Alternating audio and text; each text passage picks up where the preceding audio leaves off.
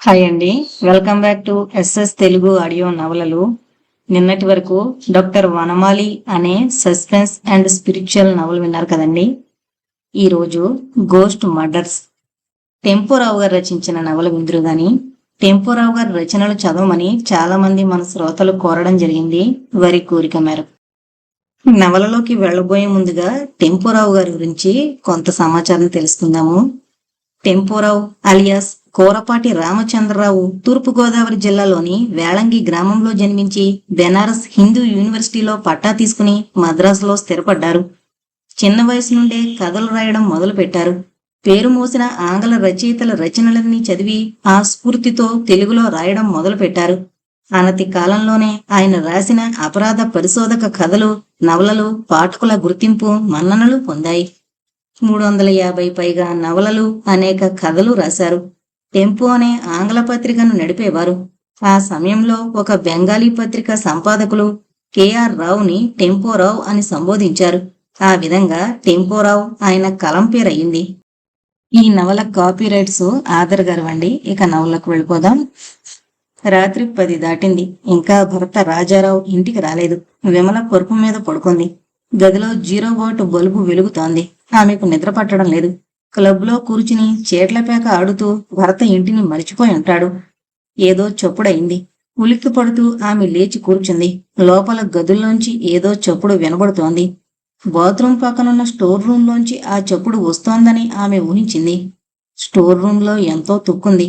ఆ గదిని బాగు చేయడానికే ఆమెకు టైము చిక్కడం లేదు. అప్పుడే ఈ ఇంటికొచ్చి 3 ఏళ్లు దాటింది. పక్కనే మరో పరుపు మీద పడుకున్న కూతురు వైపు ఆమె చూసింది. సుందరి గాఢ నిద్రలో ఉంది. ఆమె వయసు 10 ఏళ్లు ఉంటుంది. విమల మళ్ళా పరుపు మీద వాలింది. ఏవేవో చప్పుళ్ళు వినబడుతున్నాయి పక్కింట్లోంచి. విమల ఆలోచిస్తోంది. పక్కింట్లో ఎవరూ లేరు. ఇంటికి తాళం వేసి ఉంటుంది. 10 ఏళ్ల క్రితం ఎవరో అడ్వకేట్ అందులో ఉండేవాడు. కొడుకు చనిపోయాక అడ్వకేట్ భార్యతో సహా కాశీకి వెళ్లిపోయాడు. మళ్ళా తిరిగి రాలేదు. వాళ్ళిద్దరూ ఏమయ్యారో ఎవరికీ తెలీదు. వాళ్ళు వెళ్లిపోయిన కొద్ది కాలానికి కూతురు కూడా మరణించింది. ఇదంతా ఊళ్ళో వాళ్ళు చెప్తుంటే విమల వింది. ఆమెకు బియ్యం అమ్మే మీరయ్య జ్ఞప్తికొచ్చాడు. ఆ వీధిలో వాళ్ళందరికీ గత 20 ఏళ్లుగా మీరయ్య బియ్యం అమ్ముతున్నాడు. అతడికి అందరి చరిత్ర తెలుసు. విమలమ్మగారు పక్కింట్లో అడ్వకేట్ మూర్తి ఉండేవాడు. మంచి ప్రాక్టీస్. ఆయన కూతురు డాక్టర్ చలంగారిని పెళ్లాడింది. కాని ఆమె చనిపోయింది. కొడుకు శేఖర్ ఈ ఇంట్లో ఉండే అమ్మాయిని ప్రేమించాడు. ఆమె పేరు పార్వతి. పార్వతి చాలా అందంగా ఉండేది. పార్వతి ప్రేమ ఫలించలేదు. శేఖర్ చనిపోయాడు. పార్వతి తల్లి తండ్రి ఈ ఇల్లు విడిచి వెళ్లిపోయారు అన్నాడు మీరయ్య ఒకసారి. పార్వతి పెళ్లి ఎందుకు కాలేదు? 2 ఏళ్ల మధ్య వైరం ఉండేది. అడ్వకేట్ మూర్తి గారికి ఈ ఇంట్లో ఉండే రాజు పేరు చెప్తే కళ్ళు ఎర్రబడేవి. విమల పడుకుని అంతా ఆలోచిస్తోంది. పక్కింట్లోంచి ఏవో చప్పుళ్లు వెలువడుతున్నాయి. అడ్వకేట్ మూర్తి తన ఇంటిని ఎవరికీ అద్దెకి ఇవ్వద్దు అన్నాడు. 11 ఏళ్ల తర్వాత ఆ ఇంటిని తెరవమని అడ్వకేట్ సీతారాంని ఆదేశించాడు. సీతారాం చాలా కాలం పాటు మూర్తి దగ్గర అసిస్టెంట్గా ఉండేవాడు. నేను భార్య కాశీ వెళుతున్నాం. అక్కడి నుంచి ఎక్కడికి వెళతామో నాకు తెలీదు. ఈ గృహంలో నాకు ఆనందం లేదు. ఎన్నో కష్టాలు పడ్డాం. అందువలన నా ఇంటిని మూసుంచాలని నా కోరిక అన్నాడు అడ్వకేట్ సీతారాంకి పంపిన ఉత్తరంలో. విమల మెలకుగానే ఉండి తనకు తెలిసిన దాని గురించి ఆలోచిస్తోంది. పక్కింట్లో దీపం వెలిగితే ఈ చప్పుళ్ళు ఉండకపోవచ్చు. ఎవరో ముందు తలుపు కొడుతున్నారు. విమల గబగబా వెళ్లి తలుపు తెరిచింది. రాజారావు బయట నిలబడున్నాడు. సారాయి వాసన కొడుతోంది. తాగలేదులే అన్నాడు రాజారావు. అతను లోపలికొచ్చాడు. ఆమె తలుపులు మూసి గడియలు బిగించింది. అతను పడగ్గది చేరుకున్నాడు. బట్టలు మార్చుకున్నాడు. రండి వడ్డించాను అంది విమల. అతను టేబుల్ ముందు కూర్చుని భోజనం చేస్తున్నాడు. ఏవో చప్పుళ్ళు ఇంకా వినబడుతున్నాయి. ఏంటది? అడిగాడు రాజారావు. నన్ను నడకండి, పక్కింట్లో దెయ్యాలున్నాయేమో అందామె. నాన్సెన్స్, దెయ్యాలేంటి? అరిచాడతను. చూడండి, రోజూ ఆ చప్పుళ్ళు విని నేను టారెత్తిపోతున్నాను. నా మాట విని మరో ఇల్లు చూడండి. మద్రాస్ పట్టణంలో ఇంత మంచి ఇల్లు దొరుకుతుందే. ఇంతకంటే చిన్నిళ్ళైనా పర్వాలేదు. రాత్రులు ఇక్కడుంటే భయం వేస్తోంది. గాబరా పడుకు. మరికొన్ని రోజుల్లో అడ్వకేట్ సీతారాం పక్కింటిని తెరుస్తాడు. దెయ్యాలు భూతాలు పారిపోతాయి. నిజంగా? అడిగిందామె. 11 ఏళ్ల తర్వాత ఆ ఇంటిని తెరవమని అడ్వకేట్ మూర్తి రాశాడు. సీతారాంని ఈ మధ్యనే కలుసుకున్నాను. ఈ నెల 15వ తారీఖున అతను ఆ ఇంటిని తెరుస్తాడు. ముందే తెరవవలసింది. అడ్వకేట్ సీతారాం అలా చేయడు. మూర్తిగారు కోరిన ప్రకారం అతను ఇంటిని తెరుస్తాడు. పక్కింట్లోంచి విచిత్రమైన చప్పుళ్లు వినబడుతున్నాయి. పందికొక్కులు పరిగెడుతున్నాయి అన్నాడు రాజారావు. పందికొక్కులో ప్రేతాత్మలో ఎవరికి తెలుసు అందామె. ఏదో కింద పడిన చప్పుడైంది. ఆమె అతని పక్కకు జరిగింది. పిరికి పందవే అన్నాడు రాజారావు నవ్వుతూ. సైకిల్ రిక్షా రోడ్డమ్మట కదులుతోంది. నెంబరు 18 ఇంటివైపు అడ్వకేట్ సీతారాం చూశాడు. మరికొన్ని రోజుల్లో తను ఆ ఇంటి తాళాలు తెరవాలి. రిక్షాను ఆపి సీతారాం కిందకి దిగాడు. ఇంటివైపు చూస్తూ నిలబడ్డాడు. ఇంటి ముందు కొద్దిగా కూడా ఖాళీ స్థలం లేదు. వీధి గుమ్మంలోంచి రోడ్డు మీదకు దిగాలి. పక్కిల్లు ఈ ఇంటికి అంటిపెట్టుకునుంది. ఏదో కారు దూసుకుపోతూ సడన్ బ్రేక్తో ఆగింది. స్టీరింగ్ వీల్ వెనక కూర్చున్న డాక్టర్ చలం వైపు అడ్వకేట్ సీతారాం నవ్వుతూ చూసి దగ్గరగా వెళ్ళాడు. డాక్టర్, మిమ్మల్ని చూసి చాలా కాలమైంది. పట్నంలో రోగాలు ఎక్కువయ్యాయి. క్షణం కూడా తీరిక దొరకడం లేదు అన్నాడు డాక్టర్ చలం. మీ మామగారు ఏమైనట్టు? ఉత్తరం పత్రం లేదు. మొదట్లో అత్తగారు రాసేవారు. నా భార్య చనిపోయాక ఆమె కూడా రాయడం మానేసింది. ఈ పాటికి ఏ పుణ్యక్షేత్రంలోనో వాళ్ళిద్దరూ చచ్చిపోయి ఉండాలి. అడ్వకేట్ సీతారాం విచిత్రంగా చూశాడు. ఆయన తిక్క మనిషి. ఏ క్షణంలో ఏం చేస్తారో చెప్పలేం. సీతారాం పక్కింటి వైపు చూశాడు. గతంలోని సంఘటనలు అతనికి గుర్తుకొచ్చాయి. ఒకప్పుడు అందమైన అమ్మాయి ఆ గుమ్మంలో నిలబడి మన వైపు చూస్తుండేది అన్నాడతను. పార్వతి, శేఖర్ ప్రియురాలు. ఆమె ఎక్కడుందో? పార్వతి ప్రస్తుతం ఈ పట్టణంలోనే ఉంది. 2 రోజుల క్రితం ఇక్కడికి తిరిగొచ్చింది. ఈ నెల తర్వాత ఎందుకొచ్చింది అడిగాడు సీతారాం. మీరు ఈ ఇంటిని తెరవబోతున్నారుగా. ఆ ఇంట్లో ప్రవేశించి గతంలోని మధుర స్మృతులను జ్ఞాపకం చేసుకుందామని వచ్చిందేమో. పాపం, శేఖర్ అకాలంగా మరణించాడు. తల్లి తండ్రి అతడిని ఇంట్లో ఖైదీగా ఉంచితే ఏమవుతాడు? హృదయం పార్వతి కోసం పరితపిస్తోంది. అతనికి పెద్దల్ని ఎదిరించే ధైర్యం లేదు. పూర్ఫెలో. క్షణకాలం ఇద్దరూ పాతింటి వైపు చూస్తూ ఉండిపోయారు. పాడుబడ్డ కొంపలా ఉంది. ఎక్కడ చూసినా బూజులు. కిటికీలు తలుపులన్నీ మూసున్నాయి. మిస్టర్ సీతారాం, ఈ ఇల్లు ఎవరికొస్తుంది? అడ్వకేట్ మూర్తి. ఆయన భార్య చనిపోయారని ఇంకా నిర్ధారణ కాలేదు. కొడుకు కూతురు ముందే చనిపోయారు. ఆయన ఈ ఇంటిని గురించి వీలునామా రాయలేదు. ఈ ఆస్తి కోసం దగ్గర చుట్టాలు పోట్లాడుకోవచ్చు. ఈ ఇంటిని పొందే అవకాశం మీకు ఉంది. థ్యాంక్స్, వెళ్ళొస్తాను. డాక్టర్ చలం కారును పోనిచ్చాడు. అడ్వకేట్ సీతారాం పక్కింటి వైపు నడిచాడు. ఏమండి సీతారాం గారు, పక్కిల్లు తెరుస్తారటగా అడిగింది విమల. అవునండి, 15వ తారీఖున. మీరు తెరిచిన ఆ ఇంట్లో ఎవరో అద్దెకుండరులండి, దెయ్యాల కొంప. అలా ఎందుకంటున్నారు? రాత్రుళ్ళు ఆ ఇంట్లోంచి ఒకటే చప్పుళ్ళు. ఎలకలు పందికొకలు తిరుగుతున్నాయేమో. కావండి. దెయ్యాల్ని మీరు చూశారా? మా అమ్మాయి చూసింది. తల్లి వెనక నిలబడ్డ 10 ఏళ్ల పిల్లవైపు అతను ఆశ్చర్యంగా చూశాడు. పిల్ల మాటల్ని నమ్మకండి. మా సుందర అబద్ధం చెప్పదు. ఏదో ఆకారాన్ని రాత్రుళ్ళు చూస్తుందట. నల్లటి దుస్తులు, చేతులకి గ్లౌజు, మొహం కూడా కప్పి ఉంటుంది. కళ్ళు రంధ్రాల నుంచి బయటకు చూస్తూ ఉంటాయట. ఆ ఆకారాన్ని చూసి ఆమె అరిచిందా? ఎన్నిసార్లు అరిచింది. నేను పరిగెత్తుకెళ్లాను. నాకేమీ కనపడలేదు. కాని ఎవరో కదులుతున్న చప్పుడు వినపడింది. ఊహించుకుని ఉంటారు. కాదండి బాబు, నిజమే. పక్కింట్లో ఉంది. ప్రేమ ఫలించక వాళ్ళ అబ్బాయి దెయ్యమయ్యాడేమో. ఆ ఇంటి చరిత్ర మీకు తెలుసా? బియ్యం మీరయ్య అంతా చెప్పాడు. పాపం, పార్వతి మీరున్న ఈ ఇంట్లోనే ఉండేది. పార్వతి తండ్రికి అడ్వకేట్ మూర్తిగారికి ఎప్పుడూ పడేది కాదు. ఎప్పుడూ శత్రువులే. రోజుకొక నోటీస్ మూర్తిగారు పంపిస్తుండేవారు. అటువంటి పరిస్థితుల్లో మూర్తిగారి అబ్బాయి శేఖర్ పక్కింటి అమ్మాయి పార్వతిని ప్రేమించాడు. రోమియో జూలియట్ కథలా ఉంది. అడ్వకేట్ సీతారాం ఏదో అనుకుంటూ రోడ్డు దాటి సైకిల్ రిక్షా ఎక్కాడు. తొందరగా పద అన్నాడు రిక్షావాడితో. డాక్టర్ చలం సోఫాలో ఆమె పక్కనే కూర్చున్నాడు. పార్వతి అతని వైపు సీరియస్ గా చూసింది. ఆమె వయసు 30 దాటి ఉంటుంది. పచ్చటి శరీరం, కళ్లల్లో కాంతి లేదు. ఏ హోటల్లోనూ నా పేర గది రిజర్వ్ చేస్తారనుకున్నాను అందామె. హోటల్ కంటే మా ఇల్లే బాగుంటుందని నిన్నిక్కడే ఉండమన్నాను అన్నాడు డాక్టర్ చలం. వంట ఆమె టిఫిన్ తెచ్చి టీపై మీద పెట్టింది.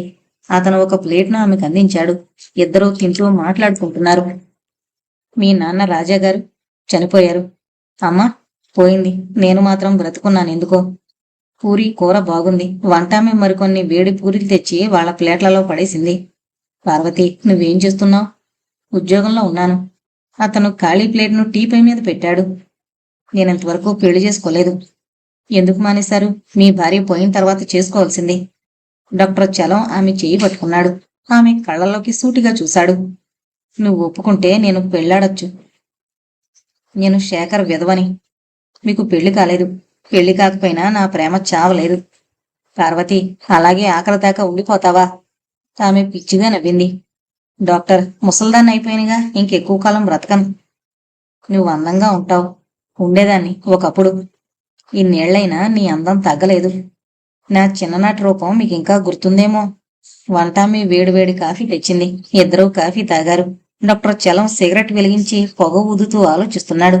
సంవత్సరాలు దొర్లిపోయాయి. ఒకప్పుడు పక్కపక్కన ఉన్నవాళ్లు విడిపోయి దూరం అయ్యారు. పార్వతి, నువ్విక్కడికి ఎందుకొచ్చావు? రాకూడదా? అలా నేను అనలేదుగా. ఇన్నేళ్లయిపోయాక ఇక్కడేముందో నాకు అర్థం కావడం లేదు. ఆ ఇంటిని తెరుస్తారుగా, ఆ ఇంట్లో ఏముందో చూడాలి. డాక్టర్ చలం విచిత్రంగా నవ్వాడు. ఆ ఇంట్లో ఏముంటుంది? బూజులు, సాలిగుడులు, ధూళి. అది చూడ్డానికి నువ్వు బెంగళూరు నుంచి వచ్చావంటే నేను నమ్మను. ఆమె సోఫాలోంచి లేవబోయింది. అతను ఆమె చేయి పట్టుకుని ఆమెను కూర్చోబెట్టాడు. భుజాల మీద చేతులేసి మొహం కేసి చూస్తుండిపోయాడు. ఏళ్లు గడిచినా ఆమె పెదిమల ఎర్రదనం పోలేదు. పార్వతి, నువ్వు హోటల్లో గది రిజర్వ్ చేయమన్నావు. నేను ఇక్కడికి తీసుకొచ్చాను. ఎందుకో నీకిప్పుడైనా తెలిసిందా? ఆమె అతని వైపు మౌనంగా చూసింది. Parvati, I love you. నిన్ను పెళ్లాడాలనే ఉద్దేశంతో నా భార్య పోయినా మళ్ళా పెళ్లి చేసుకోలేదు. మీ జీవితాన్ని వృధా చేసుకున్నారు డాక్టర్, అందామె. నన్ను వద్దంటున్నావా? శేఖర్ నా ప్రియుడు. ఈ జీవితంలో మరెవరికీ నేను లొంగను. అతని కోసం ఈ జీవితాన్ని నాశనం చేసుకుంటావా? పార్వతి, శేఖర్ చనిపోయి దశాబ్దం దాటింది. ఇంకా అతనే నీ ప్రియుడంటే లోకం నవ్వుతుంది. పార్వతి సోఫాలోంచి లేచింది. అతని వైపు సూటిగా చూసింది. డాక్టర్, నాకంతా తెలుసు. ఏం తెలుసు? ఆమె ఒళ్ళు వణుకుతోంది. కనురెప్పలు అల్లల్లాడుతున్నాయి. చలం లేచి ఆమెకు ఎదురుగా నిలబడ్డాడు. ఆ రాత్రి నేను ఆ ఇంట్లో ఉన్నాను, అందామె. ఏ రాత్రి? అడ్వకేట్ మూర్తి గారింట్లో దుమారం చెలరేగిన రాత్రి. అబద్ధం ఆడుతున్నావు. ఎవరూ లేరు. నువ్వుంటే నాకు కనిపించేదానివి. మీ కళ్ళు గుడ్డివయ్యాయి. డాక్టర్, మధ్యాహ్నం నేను హోటల్కి మారిపోతాను, అందామె. ఆమె గబగబా తన గదివైపు వెళ్లిపోయింది. డాక్టర్ చలం ఆమె వైపు చూస్తూ నిలబడ్డాడు. ఆమెకు పిచ్చిపట్టిందా? లేక ఆనాటి రాత్రి ఆమె ఆ ఇంట్లో ఉందా? అతను ఆలోచిస్తున్నాడు. డాక్టర్ చలం ఇంటి నుంచి పార్వతి హోటల్ బృందావన్కి మారింది. మాలతి నవ్వుతూ తలుపు మీద తట్టింది. పార్వతి తలుపు తెరిచి ఆమెను లోపలకు తీసుకెళ్ళింది. ఆమెకు చాలా ఆనందంగా ఉంది. చిన్ననాటి స్నేహితులను చాలా కాలం తర్వాత చూస్తుంటే హృదయం ఆనందంతో నిండుతుంది. కూర్చో మాలతి, అంది పార్వతి. పొడుగాటి సోఫాలో ఇద్దరూ పక్కపక్కనే కూర్చున్నారు. ఒకళ్ళనొకళ్ళు ప్రేమగా చూసుకున్నారు. పార్వతి, వయసొచ్చినట్లు కనబడుతున్నావే. యవ్వనం శాశ్వతం కాదు. బెంగళూరులో ఏం చేస్తున్నావు? ఉద్యోగం. గుడ్ గాడ్, ఉద్యోగమే. పెళ్లి చేసుకునుంటే ఏ భర్తతో నిన్ను పోషిస్తుండేవాడు? భర్త లేనందుకు నేను విచారించడం లేదు. దానికేం గాని నువ్వెలా ఉన్నావు? మా బట్టల షాపు బాగా వృద్ధిలోకి వచ్చింది. ఇదే పట్నంలో 2 బ్రాంచీలు కూడా మా వారు స్థాపించారు. బాగా డబ్బొస్తోంది. కాని ఒకటే చింత, పిల్లలు లేరు, అంది మాలతి. కావలిస్తే నన్ను పెంచుకో. చివరికి అదే చెయ్యాలి. మా పెళ్ళై 12 ఏళ్ళు అవుతుంది. దైవానికి మా మీద దయ లేదు. పిల్లలొద్దని అందరూ ఫ్యామిలీ ప్లానింగ్ అవలంబిస్తుంటే కావాలని నీ తాపత్రయం. మాలతి స్నేహితురాలి చెయ్యిని పట్టుకుంది. నీ చేతుల్లో బలం లేదు. ఉన్న బలం చాలు. మనిషి సాధారణంగా చేసే పనులకి ఎక్కువ శక్తి అవసరం. బలంతో ఆకలి, వాంఛ పెరుగుతూనే ఉంటాయి. పార్వతి, నువ్వా శేఖర్ని ఇంకా మరిచిపోలేదా? మరిచిపోదలుచుకోలేదు. క్షణకాలం ఇద్దరూ మౌనంగా కూర్చున్నారు. ఆమె భుజం మీద పార్వతి చేయి వేసింది. మాలతి, ఈ లోకంలో నిజమైన ప్రేమ ఎక్కడా కనబడదు. ప్రియుడు తన కోరికలను తీర్చలేకపోతే ప్రియురాలు అతడిని చులకనగా చూస్తుంది. ప్రియుడికి ఏమైనా ప్రేమ అలాగే ఉండాలని నా విశ్వాసం. శేఖర్ మరణించాడు. ఈనాడు అతను నాకేమీ ఇవ్వలేడు. అయినా నా ప్రేమ అలాగే ఉంది. శేఖర్ నేను బ్రతికున్నంతకాలం నా హృదయంలో జీవిస్తూనే ఉంటాడు, అంది పార్వతి ఉద్రేకంతో. అంత స్థాయికి నేనెప్పుడూ ఎదగలేను. నేనొక మామూలు స్త్రీని. భర్తకు సేవ చేస్తూ జీవించడమే నాకు తెలుసు, అంది మాలతి. పార్వతి టిఫిన్ ఆర్డర్ ఇస్తానంది. కాఫీ తెప్పించు, టిఫిన్ తినలేను. పార్వతి గుమ్మం బయటకు వెళ్ళింది. హోటల్ బాయ్ని పిలిచి 2 కప్పుల కాఫీ పట్రా అంది. గదిలో లైటు వెలుగుతోంది. బయట నుంచి గాలి వీస్తోంది. పార్వతి, కొత్త చీరలేమైనా కొన్నావా? అన్నీ పాతవే. పార్వతి పెట్టెలోని చీరలు తీసి సోఫాలో పడేసింది. ఒక తెల్లటి మైసూరు సిల్కు చీరను మాలతి చేత్తో పట్టుకుని చూస్తోంది. ఇది చాలా బాగుంది. బట్టల షాపు యజమానురాలివి, నీకెంతకంటే మంచి చీరలు దొరుకుతాయి, అంది పార్వతి. ఇది నాకిచ్చాయి. అలాగే ఉంచుకో. కొత్తగా ఉంది, కట్టుకోలేదా? ఒకరు ప్రజెంట్ చేశారు. ఎవరు? డాక్టర్ చలం. డాక్టర్ చలం బాగా డబ్బు గడిస్తున్నాడు. మాకు ఆయనే డాక్టర్. పెళ్ళాం మీద ఆయనకు చాలా ప్రేమ అనుకుంటాను. ఆయన కూడా నీలాగే పెళ్లి చేసుకోలేదు. పార్వతి గమ్మత్తుగా నవ్వి ఊరుకుంది. మాలతి తను కట్టుకున్న చీరను తీసేసి తెల్ల సిల్కు చీరను కట్టుకుంది. అద్దం ముందు నిలబడి తన రూపాన్ని చూసుకుంది. ఎలా ఉన్నాను? చక్కగా ఉన్నావు. నీ భర్త మురిసిపోతాడు. ఇద్దరూ కాఫీ తాగారు. మళ్ళా సోఫాలో చతికిలబడ్డారు. డాక్టర్ చలం నీ చుట్టంగా? శేఖర్తో నాకు పెళ్ళై ఉంటే చుట్టం అయ్యేవాడు. అవును, ఆ సంగతి మరిచిపోయాను. టెలిఫోన్ మోగింది. నా కోసం అయి ఉంటుంది. నేను దగ్గర లేకపోతే ఆయనకు తోచదు అంది మాలతి. పార్వతి రిసీవర్ని అందుకుంది. హలో అంది. డాక్టర్ చలం అటువైపున ఉన్నాడని తెలుసుకుంది. పార్వతి, జిమ్ఖానా క్లబ్కొస్తావా అన్నాడు చలం. ఆమె వాచ్ కేసు చూసింది. టైము 8 కావస్తోంది. ఎందుకు? ఇవాళ ఇంగ్లీషు సినిమా ఉంది. ఓపెన్ ఎయిర్ లో కూర్చుని హాయిగా టిఫిన్ చేస్తూ ఫిలిం చూడొచ్చు. రావాలని లేదు. పార్వతి, కమాన్, ఇక్కడ ఎందరో ఉంటారు, హుషారుగా ఉంటుంది. ఆల్రైట్, వస్తాను. కానీ టాక్సీలు దొరుకుతాయో లేదో. గ్యాస్ లైటు స్ట్రీటు దాటితే టాక్సీ స్టాండ్ ఉంటుంది. వస్తున్నాను. పార్వతి రిసీవర్ని పెట్టేసింది. ఎక్కడికైనా వెళతావా? డాక్టర్ చలం క్లబ్కి రమ్మంటున్నాడు. వెళ్ళిరా పార్వతి. ఇలా ఒంటరిగా కూర్చుంటే నీ బుర్ర పాడవుతుంది. జీవితం మీద ఉత్సాహం లేని ఆడది మూడు వారిపోతుంది. ఊరుకో మాలతి, జీవితం క్లబ్బుల్లో మాత్రమే ఉంటుందంటావా? ఇక్కడ కూర్చుని పుస్తకాలు పత్రికలు చదువుకోవచ్చు. టైము చూసి మాలతి లేచింది. నేను వెళ్ళాలి. పార్వతి కూడా లేచి నిలబడింది. దీనికి నేనంత డబ్బివ్వాలో చెప్పలేదు. డబ్బొద్దు, నీకు నచ్చిన చీర ఒకటి నాకు పంపు. అలాగే అంది మాలతి. ఇద్దరూ గుమ్మం దాకా వెళ్లారు. మాలతి గుమ్మం దాటి వెనక్కి తిరిగింది. పార్వతి వైపు చూస్తూ నిలబడింది. ఏంటి అంతగా చూస్తున్నావు? ఇంకా నీ అందం తరగలేదు. అది నాకు సంతోషంగా ఉంది. పార్వతి కిలకిలా నవ్వింది. మాలతి నడవామట నడిచి వెళ్లిపోయింది. దూరంలో ఆమె రూపం అదృశ్యమైంది. పార్వతి లోపలికొచ్చి తలుపులు మూసుకుంది. పొడుగాటి సోఫాలో వాలిపోయింది. క్లబ్బుకి వెళ్లబుద్ధి కావడం లేదు. డాక్టర్ చలంకి ఎదురుగా ఉండడం తనకిష్టం లేదు. అందుకే అతనిల్లు వదిలేసి మధ్యాహ్నం ఈ హోటల్కి బస మరిచింది. ఎవరో తలుపును తట్టారు. వెళ్లి ఆమె తలుపు తెరిచింది. హోటల్ కుర్రాడు బయట నిలబడున్నాడు. ఆమె మాట్లాడలేదు. లోపలికి వెళ్లి ఖాళీ కప్పులను అతను తీసుకుని వెళ్లిపోతూ ఆమె వైపు చూశాడు. అమ్మా, భోజనం గదికి పట్టరమ్మంటారా అడిగాడు. ఇప్పుడే కాదు, 9ంటికి తీసుకురా అందామె. అతను వెళ్లగానే తలుపులు మూసుకుంది. మళ్ళా సోఫాలోకి వాలింది. మాలతిని గురించి ఆలోచిస్తోంది. మాలతికి ప్రేమ గీమ అంటే నమ్మకం లేదు. డబ్బున్న భర్తను చూసి ఆమె తల్లిదండ్రులు వివాహం చేశారు. అందగాడు కాకపోయినా మాలతి అతనితో సుఖంగా సంసారం సాగిస్తోంది. టెలిఫోన్ మోగింది. ఆమె మెల్లగా వెళ్లి రిసీవర్ నెత్తింది. మాట్లాడకుండా నిలబడింది. హలో అందొక కంఠం. హోటల్ టెలిఫోన్ ఆపరేటర్ కంఠాన్ని ఆమె గుర్తుపట్టింది. ఏం కావాలి అడిగిందామె. డాక్టర్ చలంగారు జిమ్ఖానా నుంచి ఫోన్ చేశారు. మీరు గదిలో ఉన్నారో లేదో తెలుసుకోమన్నారు. ఉండండి, కనెక్షన్ ఇస్తాను. కాసేపట్లో డాక్టర్ చలం కంఠం వినపడింది. పార్వతి, ఎస్ నేనే అందామె. నువ్వింకా గదిలో ఏం చేస్తున్నావు? నేను క్లబ్కి రావడం లేదు. పార్వతి, ఎంతసేపు నీ కోసం ఎదురు చూస్తూ కూర్చున్నాను. ఇంతలోనే నీ మనసు మారిందా? మంచి ఇంగ్లీష్ పిక్చర్ని నువ్వు మిస్ అయ్యావు. జీవితంలో నేను మిస్ అయిన వాటిలో ఇదోటి అనుకుంటాను. పార్వతి, నిరాశ చెంది జీవితాన్ని వ్యర్థం చేసుకోకూడదు. మనం అనుకున్నవి జరగవు. ఎదురు ఎదగడం కంటే ప్రవాహంలో కొట్టుకుపోవడం సులువు. డాక్టర్, మీ మాటలు నాకు అర్థం కావడం లేదు. నాకు పనులున్నాయి, వెళ్ళిపోవాలి. Good night. ఆమె రిసీవర్ని పెట్టేసింది. తలుపుని ఎవరో తడుతున్నారు. వెళ్లి తలుపు తెరిచింది. ట్రే పట్టుకుని హోటల్ బాయ్ లోపలికొచ్చాడు. టేబుల్ మీద ప్లేట్లు పెట్టి ఆమె వైపు చూశాడు. ఇంకేమన్నా కావాలా అమ్మా? వద్దు అందామె. హోటల్ బాయ్ వెళ్లిపోయాక ఆమె తలుపు మూసింది. బాత్రూంలోకి వెళ్లి చేతులు కడుక్కుంది. తన హ్యాండ్ బ్యాగ్ లో ఉన్న శేఖర్ ఫోటో వైపు క్షణకాలం చూసింది. మెల్లగా డిన్నర్ టేబుల్ వద్దకు అడుగులు వేసింది. రాత్రి 9 దాటింది. వెంకట సుబ్బయ్య కారును వేగంగా పూనిస్తున్నాడు. గ్యాస్ లైటు స్ట్రీట్లో వీధి దీపాలు వెలగడం లేదు.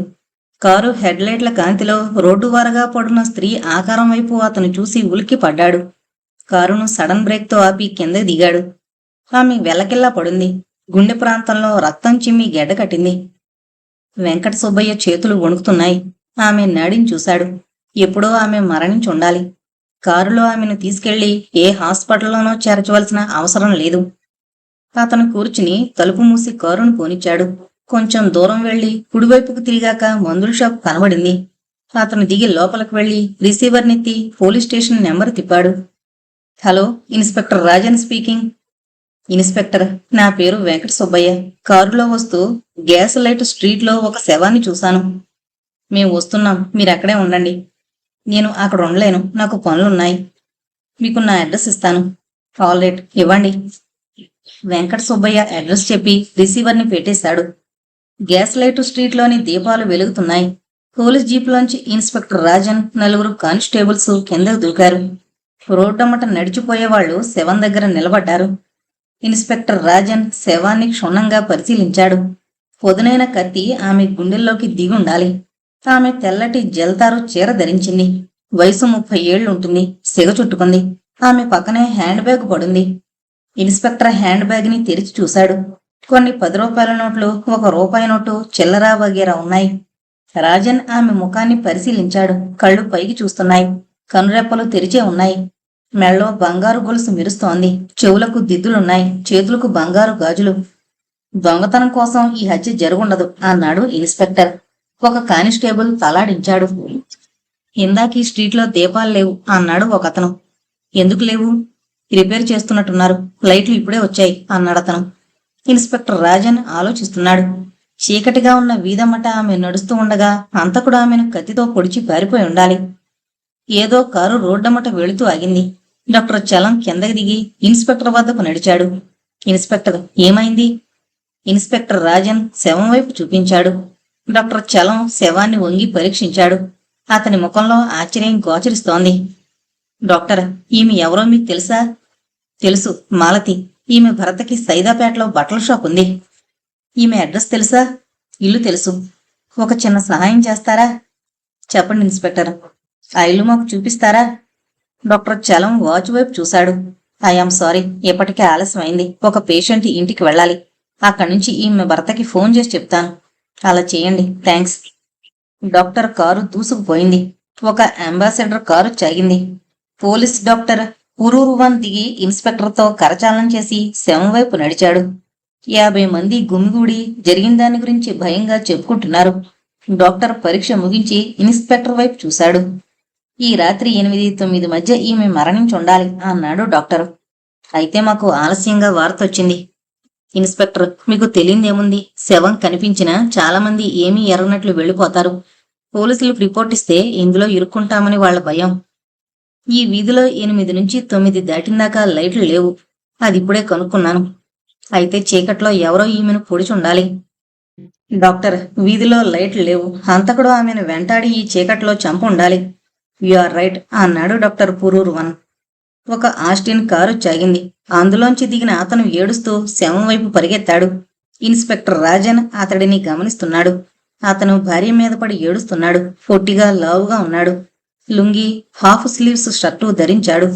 మిస్టర్, మీ పేరు? అడిగాడు రాజన్. రామ్మూర్తి. ఈమె ఎక్కడికి వెళుతోంది? చిన్నప్పటి నుంచి నా భార్య పార్వతి మంచి స్నేహితులు. 10 ఏళ్ల తర్వాత పార్వతి ఈ ఊరొచ్చింది. ఆమెను చూడ్డానికి వెళ్ళింది. పార్వతి ఎక్కడుంటోంది? హోటల్ బృందావనంలో. రామ్మూర్తి మళ్ళా భార్య శవం వైపు చూశాడు. ఆశ్చర్యపోయాడు. ఇన్స్పెక్టర్, ఈ చీర నా భార్యది కాదు. ఆమె బయటకు వెళ్ళడం మీరు చూశారా? చూశాను. ఇది తెల్ల జల్తారు చీర. ఆమె రోజారంగు చీర కట్టుకుని నాతో చెప్పి వెళ్ళింది. మీకు పెళ్ళై ఎన్నేళ్లయింది? 12 ఏళ్లు. మీ దాంపత్య జీవితం సుఖంగా సాగుతోందా? మాకు పిల్లలు లేరు. మాలతి నా ప్రాణం. మీరు బట్టల షాప్కి ఇవాళ వెళ్ళలేదా? లేదు, అనారోగ్యంగా ఉన్నందువలన మానేశాను. ఇన్స్పెక్టర్ రాజన్ అతని వైపు సూటిగా చూశాడు. ఇవాళ రాత్రి 8-9 మధ్య మీరెక్కడున్నారు? ఇంట్లోనే ఉన్నాను. నన్ను అనుమానించడం అని ఆ దుర్మార్గుని పట్టుకోండి ఇన్స్పెక్టర్, అరిచాడతను కొంచెం కోపంగా. పోలీస్ డాక్టర్ పురూరువన్ ఇన్స్పెక్టర్ దగ్గర సెలవు తీసుకుని తన కారు వైపు అడుగులేశాడు. కానిస్టేబుల్స్ ముందుకు తోసుకొస్తోన్న జనాన్ని వెనక్కి పొమ్మంటున్నారు. వెళ్ళండయ్యా, ఇది ఎగ్జిబిషన్ కాదు అన్నాడొక కానిస్టేబుల్. రామ్మూర్తి వగరుస్తూ నేల మీద చతికిలి పడ్డాడు. భార్య శవాన్ని కన్నేళ్లతో చూస్తున్నాడు. ఆమెను చంపవలసిన అవసరం ఎవరికుంటుంది? అడిగాడు రాజన్. ఆమెకు శత్రువులు లేరు సార్. ఇన్స్పెక్టర్ రాజన్ తల పంకించాడు. ఆశ్చర్యంగా ఉంది. ఏదో కారణం లేకుండా ఎక్కడా హత్యలు జరగవు. పార్వతిని అడిగితే ఏదైనా తెలుస్తుందేమో. లత టీవీగా తన రొటేటింగ్ కుర్చీలో కూర్చుని లాలిచ్చిన రిపోర్టులను పైకి చదువుకుంటోంది. సిగరెట్ పీలుస్తూ లాల్ ఆమె వైపు విసుగ్గా చూశాడు. లత మహా లావుగా ఉంటుంది. లత, స్కూలు పాఠాల్లా పైకి చదువుతావెందుకు? అడిగాడతను. నీ తప్పులు నీకు తెలుస్తాయని. నా రిపోర్ట్లో తప్పులు చూపిస్తే నీకు 1000 రూపాయలు ఇస్తాను. ఆమె ఆశగా అతని వైపు చూసింది. ఎన్ని తప్పులు చూపించాలి? ఒక్క తప్పు చాలు. మిస్టర్ లాల్, నీకు గర్వభంగం వెంటనే చేసి చూపిస్తాను. టెలిఫోన్ మోగింది. ఆమె రిసీవర్నెత్తి అతని వైపు చూసింది. Hello, Lata and Lal detective అందామె గంభీరంగా. లాల్ గారున్నారా? అడిగిందొక యువతి కంఠం. ఏం కావాలి? నిన్న ఆయనతో సినిమాకి వెళ్ళాను. నా హ్యాండ్ బ్యాగ్ పోయింది. దాని గురించి అడగాలి. లత టేబుల్ సొరుగును లాగి లోపలున్న హ్యాండ్ బ్యాగ్ వైపు చూసింది. ఎర్రటి రంగు. హలో, అది ఎక్కడుందో మేం దర్యాప్తు చేసి నీకివ్వగలం. మా రేటు? ప్లీజ్, దాని ఖరీదు 10 రూపాయలు. ఆల్ రైట్, 5 రూపాయలిస్తే వెంటనే పని మొదలు పెడతాం. లాల్ ఆమె చేతిలోని టెలిఫోన్ రిసీవర్ని లాక్కున్నాడు. వైలా, నీ బ్యాగ్ ఇక్కడికి పట్టుకొచ్చాను. సాయంత్రం ఇస్తానులే. థ్యాంక్స్ లాల్. ఆమె ఎవరు? మా మేనేజింగ్ పార్ట్నర్. దగ్గడానికి డబ్బు అడుగుతుంది అని లాల్ రిసీవర్ని పెట్టేశాడు. లత అతని వైపు కోపంగా చూసింది. రాస్కెల్, చేతికొచ్చే 5 రూపాయల్ని పోగొట్టావు. అతను కుర్చీలో కూర్చుని ఆమె వైపు సూటిగా చూశాడు. లత, లక్షలకు లక్షలు నీ బ్యాంకులో మూలుగుతున్నాయి. డబ్బంటే పడి చేస్తావు అన్నాడు లాల్. ఈడియట్, డబ్బు జీవితానికి ఆక్సిజన్ లాంటిది. నీలాంటి వాళ్లకు డబ్బు విలువ తెలీదు. ఎవరో గదివైపు వస్తున్నారు. లత ఆత్రంగా గుమ్మం కేసి చూస్తోంది. లుంగి చొక్కా ధరించిన అతను గుమ్మం బయట నిలబడ్డాడు. కమాన్ ప్లీజ్ అందామే నవ్వుతూ. లత నోరు తెరిచింది. ఆ నోటికి ఎంత తిండైనా వెళ్ళిపోతుంది. అందులోంచి ఎన్ని తిట్లైనా బయటకు దొర్లుతాయి. అతను లోపలికొచ్చి లాల్ పక్క కుర్చీలో కూర్చున్నాడు. లాల్ గారు కావాలి అన్నాడతను. నేను మేనేజింగ్ పార్ట్నర్ని. ఏం కావాలో చెప్పండి. లాల్ గారు చాలా హుషారైన తెలివిగల డిటెక్టివ్ అని నా మిత్రుడు అన్నాడు. ఈజ్ రైట్ అందామే. అతను పక్క కూర్చున్న లాల్ వైపు తిరిగి ఎగాదిగా చూశాడు. నేను లాల్ని అన్నాడతను. నా భార్యని ఎవరో చంపారు అన్నాడతను. రోమ్లో రోమన్స్లా బతకడం నేర్చుకోండి. మా ఆఫీస్కొస్తే నాతో అంతా వివరంగా చెప్పాలి. ఏం చెయ్యాలో నేను ఆలోచించి లాల్ని పంజరంలోంచి వదులుతాను. షటప్, నేను పంజరంలో పక్షిని కాను. You fool, keep quiet. I am the boss. మీ పోట్లాట చూస్తే ఏదైనా పరిశోధిస్తారనే నమ్మకం నాకు లేదు అన్నాడు రామ్మూర్తి కుర్చీలోంచి లేవబోతూ. సిడౌన్ అరిచింది లత ఫిరంగిలా. రామ్మూర్తి కుర్చీలో కూలిపోయాడు. లాల్ అతని చేయి పట్టుకున్నాడు. డోంట్ బ్రదర్, చెప్పండి అన్నాడు లాల్. మాలతి నా భార్య. నిన్న రాత్రి ఆమె ఒక ఫ్రెండ్ గదికి వెళ్ళింది. ఇంటికి తిరిగి రాలేదు. ఆమె శవం గ్యాస్ లైట్ స్ట్రీట్లో పోలీసులకు దొరికిందని డాక్టర్ చలం గారు ఫోన్ చేశారు. ఆమెను ఎవరు చంపారో మీరు కనుక్కోవాలి. అంతవరకు నా ఆత్మకి శాంతి చేకూరదు. మీ ఆత్మకు శాంతి చేకూరుస్తాం. ఇది కోల్డ్ బ్లడెడ్ మర్డర్ కేస్. మేం ధైర్యంగా అన్నింటికీ తెగించి దర్యాప్తు చెయ్యాలి. హంతకుడు మమ్మల్ని నిర్మూలించడానికి ప్రయత్నిస్తాడు. ఈ కేసుకి మీరు బాగా ఖర్చు పెట్టాలి. ఎంత కావాలో చెప్పండి. మీకు ఫాస్ట్ వర్క్ కావాలా, స్లో వర్కా? నాకు నిద్ర పట్టడం లేదు. మాలతి మా ఇంటి లక్ష్మి, దేవత. అతి తొందరగా ఆ కిరాతకుణ్ణి పట్టుకోవాలి. కళ్ళు చిట్లిస్తూ లత అతని వైపు తీక్షణంగా చూసింది. సమీపంలో ఉన్న పురుగు వైపు బల్లి అలాగే చూస్తుంది అనుకున్నాడు లాల్. 8,000 ఇవ్వండి. శవానికి 8,000 అన్నాడతను. మిస్టర్, బతికున్న హంతకుణ్ణి పట్టుకోవడానికి 10,000 అడుగుతున్నాను, శవం కోసం కాదు. అలాగే, పని ప్రారంభించండి.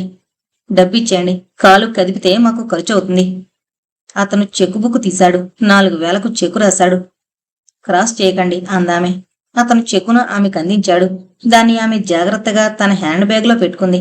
ఆలోచిస్తూ కష్టంగా కుర్చీలోంచి లేచి నిలబడింది. రామూర్తి గారు, నేను మీ పని మీదనే వెళుతున్నాను. మీరు మీ అడ్రస్ తదితర వివరాలు రాసి లాల్కి ఇవ్వండి అందామె. లత, ఎక్కడికి వెళుతున్నావు? బ్యాంకుకా అడిగాడు లాల్. ఆమె అతని వైపు కోపంగా చూసింది. పెద్ద పని మీద వెళ్లేటప్పుడు ఎక్కడికని అడగద్దని 1000 సార్లు చెప్పాను. You are useless fellow. Rammurthy తన అడ్రస్ ఉన్న కార్డును లాల్కి ఇచ్చాడు. లత రోలర్లా బయటకు కదిలింది. లాల్ అని గట్టిగా పిలిచింది బయట వరండా నుంచి. లాల్ గదిలోంచి బయటకు పరిగెత్తాడు. ఆమె చేతిలో ఉన్న చిల్లర్ని లాల్ జేబులో పడేసింది. ఏంటిది? గట్టిగా మాట్లాడుకు. నీ జేబులో 2 రూపాయల చిల్లర పడేశాను. వెంటనే దర్యాప్తు ప్రారంభించు. డర్టీ మైసర్, 2 రూపాయలతో ఎక్కడికి వెళ్ళగలను? ఆమె హ్యాండ్ బ్యాగ్ తెరిచి 5 రూపాయల నోటును పైకి లాగింది. లాల్ అందులోని 200 రూపాయల నోట్లను లాక్కుని జేబులో పడేసుకున్నాడు. యు రాస్కెల్ థీఫ్ అరుస్తుందామె. లత గట్టిగరిస్తే అతను పారిపోతాడు. చెక్కుకి డబ్బివ్వద్దని బ్యాంకుకి ఫోన్ చేస్తాడు. ఇంక వాగు, పని ప్రారంభించు. నాకు తొందరగా ఫలితాలు కావాలి. ఏ నైట్ క్లబ్బుల్లోనూ తాగుతూ అమ్మాయిలతో డాన్స్ చేస్తూ కూర్చుంటే నేను నిన్ను భరించలేను. ఆమె మెట్ల వైపు కదిలింది. లాల్ సిగరెట్ వెలిగించి గదిలోకి దూరాడు. హోటల్ బృందావనం ముందు లాల్ టాక్సీలోంచి దిగాడు. మీటర్ చూసి డబ్బు చెల్లించి లాల్ ముందు హాల్లోకి వెళ్లాడు. కౌంటర్ వెనకనున్న గుమస్తానడిగి పార్వతి ఏ గదిలో ఉంటోందో కనుక్కున్నాడు. రూమ్ నెంబర్ 12 వైపు అడుగులు వేశాడు. తలుపు మూసుంది. లాల్ తలుపును తట్టాడు. తలుపు తెరవబడింది. పార్వతి అతని వైపు సీరియస్ గా చూసింది. లాల్ చిరునవ్వుతో నిలబడ్డాడు. మీతో మాట్లాడాలి. ఆమె అతని వైపు సూటిగా చూసింది. రండి. తలుపును తెరిచుంచింది. లాల్కి సోఫా చూపించింది. అతను కూర్చుని సిగరెట్ వెలిగించాడు. గది అంత బాగాలేదు. సోఫాలు పాతబడ్డాయి. అతనికి ఎదురుగా ఆమె కూర్చుంది.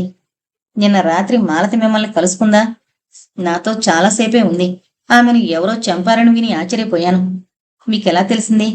డాక్టర్ చలం చెప్పారు. ఎప్పుడు? నిన్న రాత్రి. ఆయన మీకెలా తెలుసు? అడ్వకేట్ మూర్తిగారి అల్లుడు డాక్టర్ చలం. మూర్తిగారి అబ్బాయి శేఖర్ని నేను పెళ్లాడాలనుకున్నాను, కానీ అతను మరణించాడు. ఇదంతా ఎప్పటి సంగతి? 11 ఏళ్ల క్రితం కదా. లాల్ సోఫాలోంచి లేచాడు. వెళ్లి ఆమె ముందు నిలబడ్డాడు. నిన్న మాలతి మీతో ఎంతసేపు ఉంది? 6:00 8 తర్వాత వెళ్ళింది. మీరు క్లాస్మేట్లా? కాదు, మేమిక్కడ ఉండేవాళ్ళం. మా ఇద్దరికి 11 ఏళ్ల క్రితం ఎంతో స్నేహం. ఈ మధ్య ఆమె నేను చూడలేదు. నేనిక్కడికి వచ్చానని తెలిసి ఆమె నా గదికొచ్చింది. మీరిద్దరూ ఏం మాట్లాడుకున్నారు? పాతకాలపు కబుర్లు. మీరు ఈ గదిలో ఎంతకాలం నుంచి ఉంటున్నారు? నిన్న మధ్యాహ్నం ఈ గదికి మారాను. ఎక్కడి నుంచి? డాక్టర్ చలంగారి ఇంటి నుంచి. స్టేషన్ నుంచి తిన్నగా ఆయన తీసుకువెళ్లారు. పార్వతి, మీరు కొంత దూరం వరకు మాలతిని సాగనంపారా? లేదు, నేను జిమ్ఖానా క్లబ్కి వెళదామనుకున్నాను. వెళ్ళారా?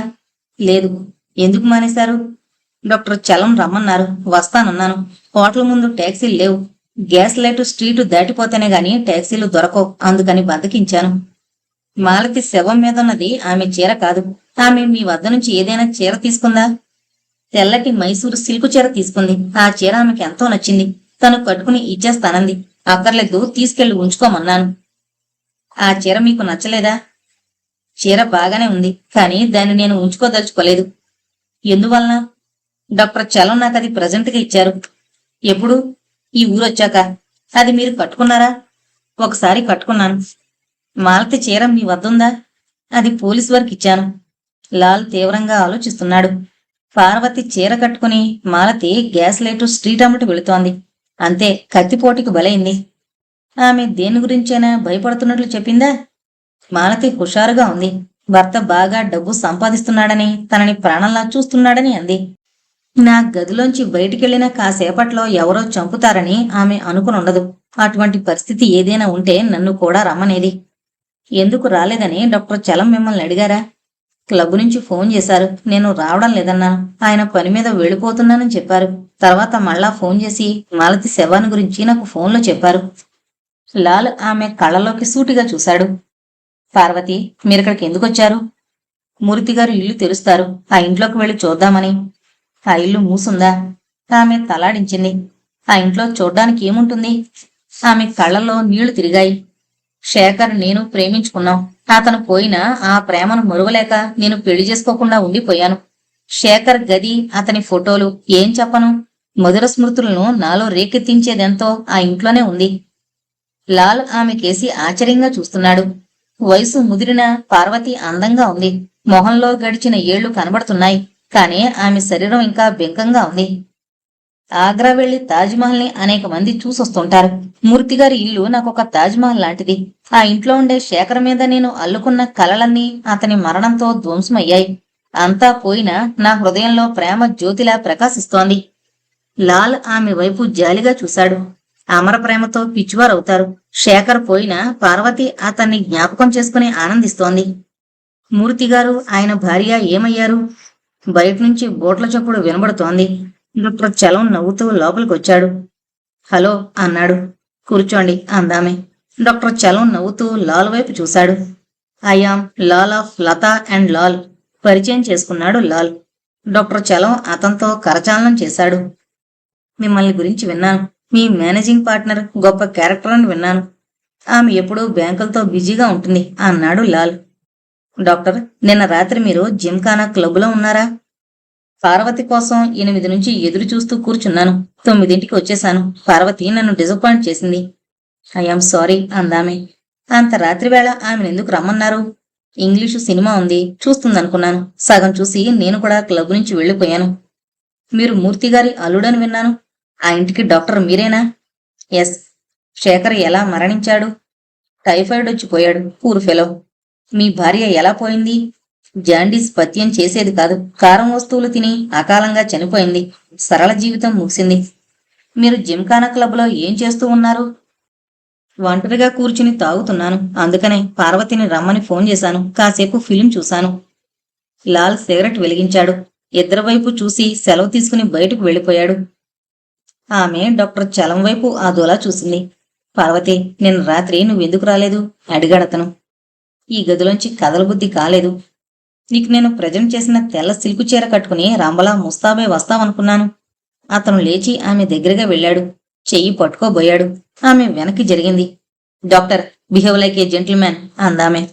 నేను కానా? ఆమె జవాబివ్వలేదు. కత్తులతో కోస్తున్నట్లు అతని వైపు చూసింది. పార్వతి, నువ్వు బెంగళూరు నుంచి ఇక్కడికి ఎందుకొచ్చావో నాకు తెలుసు. ఎవరికో భయపడొచ్చేశావు. ఆ వ్యక్తి నిన్న రాత్రి నిన్ను చంపడానికి బదులు మాలతిని హతమార్చాడు. డాక్టర్, ఊహిస్తున్నారు. ఆమెను ఎందుకు చంపుతాడు? నీ చీర ఆమె ధరించింది. నువ్వే ఆమె అని పొరబడి ఉండొచ్చు. ఆమె సోఫాలోంచి లేచి గుమ్మం వైపు నడిచింది. బయటకు చూసింది. నడవా మీద ఎవరూ లేరు. సూర్యుడు ప్రకాశిస్తున్నాడు. డాక్టర్, నాకు పనులున్నాయి. I am sorry. ఈ నెల తర్వాత ఏ పని లేకుండా మద్రాసు వస్తావా?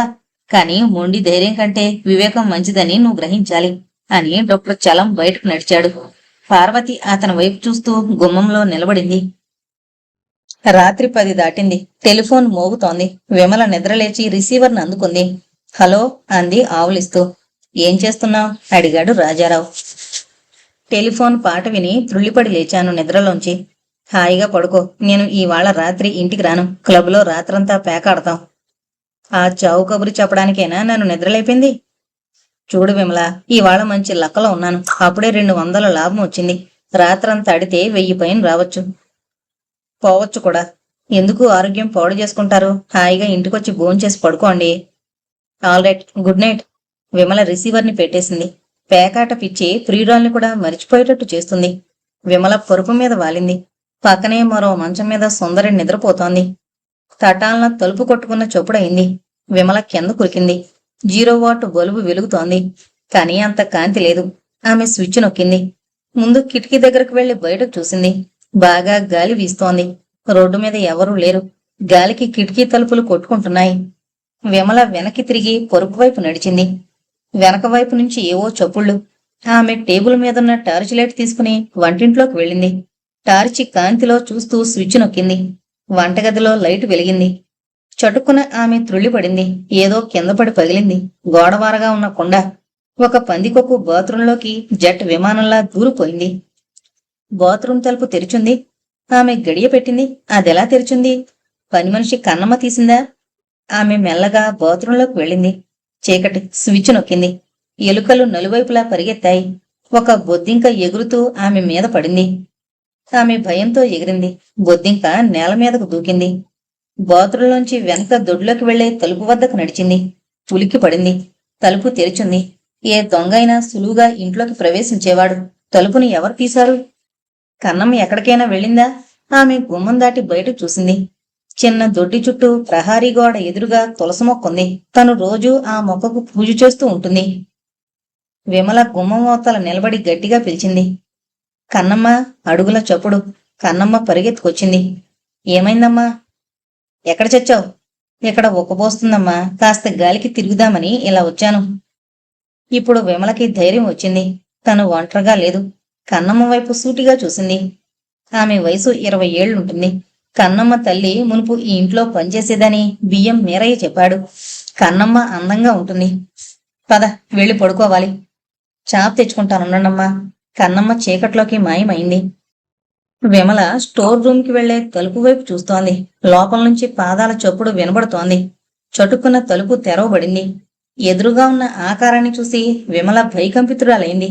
తల నుంచి కాళ్లదాకా నల్లటి దుస్తులు. రంధ్రాల్లోంచి 2 కళ్ళు ఆమె వైపు చూస్తున్నాయి. చేతులకి గ్లౌస్. విమల దడదడమనే గుండెతో లోపలకు పరిగెత్తింది. వంటగది దాటుతుంటే వెనక నుంచి పాదాల చప్పుడు వినపడింది. ఆమెకు వెనుతిరిగి చూసే ధైర్యం లేదు. అమ్మా, ఏంటా కంగారు? అరిచింది కన్నమ్మ. విమల ఆగి వెనక్కి తిరిగి చూసింది. కన్నమ్మ దగ్గరకొస్తోంది. చేతిలో చుట్టిన చాపుంది. కన్నమ్మ, దెయ్యం అంది విమల. ఎక్కడమ్మా? స్టోర్ రూమ్ గుమ్మంలో. చావబోతాను దెయ్యాన్ని, రండమ్మా. కన్నమ్మ వెనకనే విమల భయంతో అడుగులేస్తోంది. స్టోర్ రూమ్ తలుపు మూసుంది. నువ్వు ఆ తలుపును మూసావా? లేదమ్మా. లోపల ఎవరో ఉన్నారు. కన్నమ్మ తలుపు దగ్గరకు వెళ్ళింది. గొళ్ళాన్ని తీసి తలుపును లోపలకు తోసింది. సమీపంలో నిలబడ్డ విమల చెయ్యి వణుకుతోంది. టార్చి కాంతి స్టోర్ రూంలోకి ప్రసరించింది. విమల చూసిన నల్లటి ఆకారం ఎక్కడా లేదు. పందికొక్కులు పరిగెడుతున్నాయి. ఎలుకలు అటు ఇటూ దూసుకుపోయాయి. చెదపుట్టలతో ప్యాకేజీ పెట్టెలు గుల్లయ్యాయి. కన్నమ్మ గుమ్మం దాటింది. విమల వెనకనే నిలబడింది. ఎటు చూసినా సాలి గూడులు. నేల మీద తేళ్లు జెరులు పాకుతున్నాయి. పెద్ద గది. గది నిండా ఏదో తుక్కుంది. చిల్లులు పడ్డ డబ్బాలు, పగిలిన కుండీలు. ఎవరో లోపలుండాలి అంది విమల. ఎక్కడమ్మా? టార్చ్ లైట్ను నలువైపులా ఆమె తిప్పుతోంది. ఏదో ఎగురుతూ ఆమె వైపు దూసుకొచ్చింది. విమల వెనక్కి పరిగెత్తింది. గబ్బిలం. ఎవరూ లేరమ్మా అని కన్నమ్మ తలుపు మూసి గొళ్ళెం పెట్టింది. తలుపు మూసి ఇద్దరూ ముందు హాల్లోకి చేరుకున్నారు. విమల ఆలోచిస్తూ సోఫాలో కూర్చుంది. తను చూసిన నల్లటి ఆకారం ఆమెకు గుర్తుకొస్తోంది. కన్నమ్మ, ఆ గదిలో ఎవరో ఉన్నారు. గొళ్ళెం బయట నుంచి వేసిందమ్మా. ఎవరూ ఆ గదిలోంచి బయటకు రాలేరు. కాని తలుపు తెరిచి ఆకారం గుమ్మంలో నిలబడింది. మీరు భయపడి ఏదో ఊహిస్తున్నారమ్మా.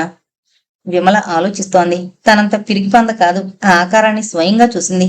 అది కళ్ళ కాదు. కన్నమ్మ, నువ్వు దొడ్లో ఏం చేస్తున్నావు? చాప వేసుకుని పడుకున్నానమ్మా.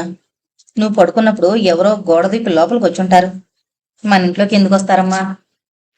ఆమె సూటిగా కన్నమ్మ కళ్ళలోకి చూసింది. ఒకప్పుడు మీ అమ్మ ఇక్కడ పనిచేసేదిగా. అవునండి, రాజుగారింట్లో. ఆయన ఊరు విడిచి వెళ్లిపోయారు.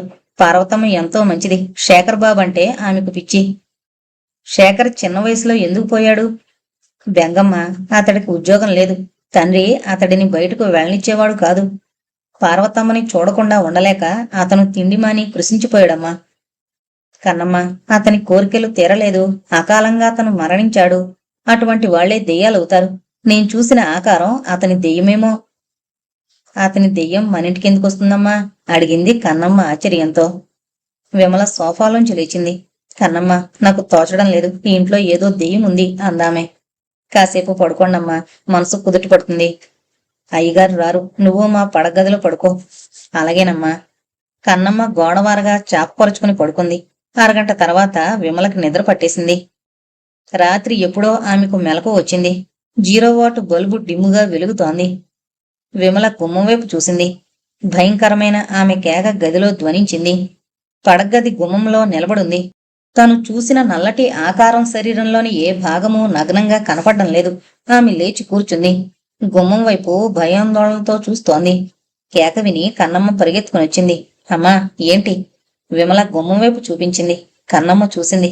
గుమ్మంలో ఎవరూ లేరు. తలుపు తెరిచుంది. హాలు కనబడుతోంది. కన్నమ్మ హాల్లోకి పరిగెత్తింది. ఎక్కడికెక్కడికో వెళ్లి తిరిగొచ్చింది. మీరు ఊహించుకుని భయపడుతున్నారమ్మా. విమల మాట్లాడలేదు. కిందకి దిగి టెలిఫోన్ వద్దకు నడిచింది. రిసీవర్ ఎత్తి క్లబ్కి ఫోన్ చేసింది. రాజారావు కావాలంది. ఎవరు అన్నాడు రాజారావు. నేనండి. తొందరగా చెప్పవే, 3 జోకర్లు పడ్డాయి. మీరు ఆటమాని ఇంటికొచ్చేయండి. ఏమైంది? నాకు భయంగా ఉంది. ఎందుకు? కన్నమని నీ గదిలో పడుకోమను. నా కళ్ళకి అది కూడా దెయ్యంలా కనబడుతోంది. నేను కూడా అలాగే కనిపిస్తానేమో. హాస్యం చేయకండి. ఇవాళ దెయ్యాన్ని స్వయంగా చూశాను. ఎక్కడుంది? స్టోర్ రూంలో. మన ఇంట్లో తిరుగుతోంది. దానికి పని పాట లేనట్టుంది. మన ఇంట్లో తిరిగితే దెయ్యానికి ఏంటొస్తుంది? అబ్బా, ఈ ప్రశ్నలు మాని ఇంటికొద్దురు. అరగంటలో నీ దగ్గరుంటానులే అన్నాడతను. గదిలో దీపం వెలగడం లేదు. పార్వతి పరుపు మీద అటు ఇటూ దొర్లుతోంది. ఆమెకు నిద్ర రావడం లేదు. గతంలోంచి ఏవేవో ఆమెకు జ్ఞప్తికొస్తున్నాయి. శేఖర్ ఆమె పక్కనే కూర్చునున్నాడు. అతని కళ్ళు మెరుస్తున్నాయి. అతని పెదములు ఎర్రగా ఉన్నాయి. ఆమె చిన్ని పాదాలను అతను మెల్లగా నిమురుతున్నాడు. ఆమె పాదాలు బంగారం ముద్దల్లా ఉన్నాయి. పార్వతి, శేఖర్ అందామె, మనం కలిసి జీవిస్తామనే నమ్మకం నాకు లేదు. జీవించలేకపోతే కలిసి చనిపోదాం. పార్వతి, ఆ మాట అనుకో. నేను పోయినా నువ్వు బతుకుండాలి. ఆమె అతని వైపు అయోమయంగా చూస్తోంది. శేఖర్, నువ్వు లేని లోకంలో నాకు ఏముంటుంది? నీకు ఏమీ లేకపోయినా నీలో నేనుంటాను. ఆమె లేచి కూర్చుంది. ఆప్యాయంగా అతడిని కౌగిలించుకుంది. శేఖర్, మనది అమర ప్రేమ. నీలో నేను, నాలో నువ్వు ఎప్పుడూ ఉంటాం. రాత్రి బయట వర్షం కురుస్తోంది. పిడుగులు పడ్డ శబ్దం భయానకంగా చెవుల్ని పగలగొడుతోంది. శేఖర్ ఆమె వైపు పిచ్చివాళ్ల చూస్తున్నాడు. ఆమె శరీరం బంగారంలా మెరుస్తోంది. కోలమొహం, తళతళమనే కళ్ళు, ఎర్రటి పెదములు, పొడుగాటి జడ. పార్వతి, నీ అంత సుందరిని ఎన్ని జన్మలెత్తినా చూడనేమో. ఆమె విచిత్రంగా నవ్వింది. ప్రేమ లేని అందాన్ని ప్రదర్శిస్తుంది. అతను ఆమె దగ్గరగా వెళ్ళాడు. శేఖర్, నీ పెదములు అంత ఎర్రగా ఎలా ఉంటాయి? వాటికే తెలియాలి. అతను ఆమెను చేతులతో చుట్టి పైకెత్తాడు. అతను తూలుతున్నాడు.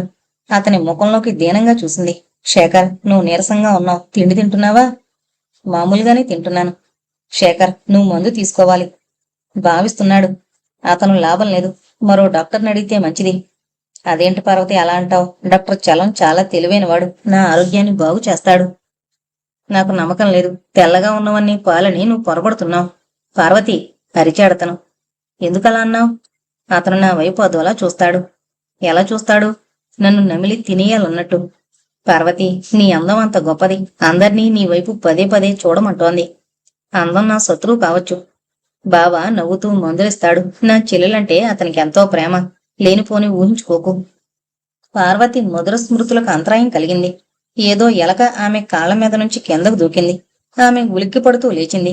మెల్లగా వెళ్లి లైటు స్విచ్ నొక్కింది. గది ప్రకాశవంతమైంది. గది నలువైపులా చూసింది. ఎలుకెక్కడా కనపడలేదు. ఏ బీరువా కిందకో దూకుంటుంది. ఆమె టైం చూసింది. 12 అయింది. ఫ్లాస్క్లో ఉన్న వేడి కాఫీని గ్లాసులో పోసుకుని ఆమె తాగింది. ఒకపొడు నోట్లో వేసుకుని నవ్వులుతూ లైటు తీసేసి మళ్ళా పక్క మీదకు వాలింది. పార్వతి ఆలోచిస్తోంది. ఏళ్లు గడిచిన కొద్దీ గతాన్ని అందరూ మర్చిపోతూ ఉంటారు. కానీ ఆమెకు గతంలో జరిగిందంతా ఫిల్మ్ రీల్స్లా స్పష్టంగా మనోఫలకం మీద కనిపిస్తోంది.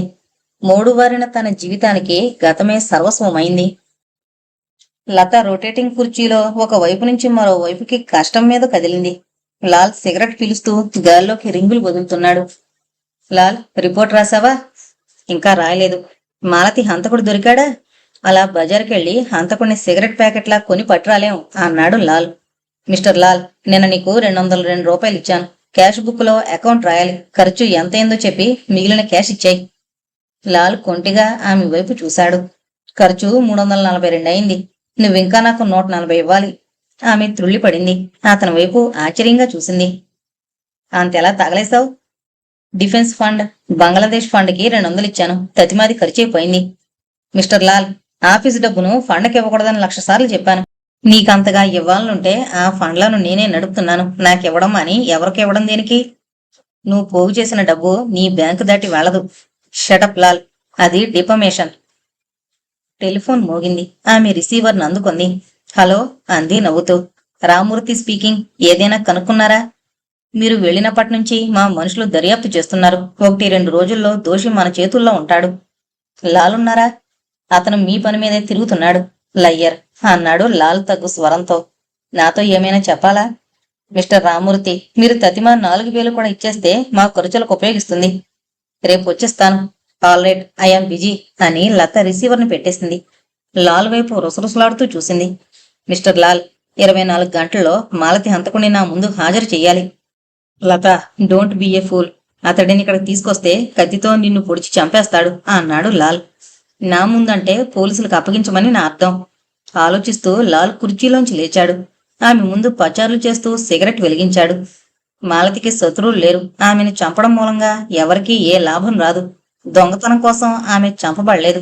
లత అంతా అగమ్య గోచరంగా ఉంది. లత క్షణం సేపు ఆలోచిస్తూ అతని వైపు తిరిగింది. ఆమె ఎక్కడ చంపబడింది? గ్యాస్ లైట్ స్ట్రీట్లో.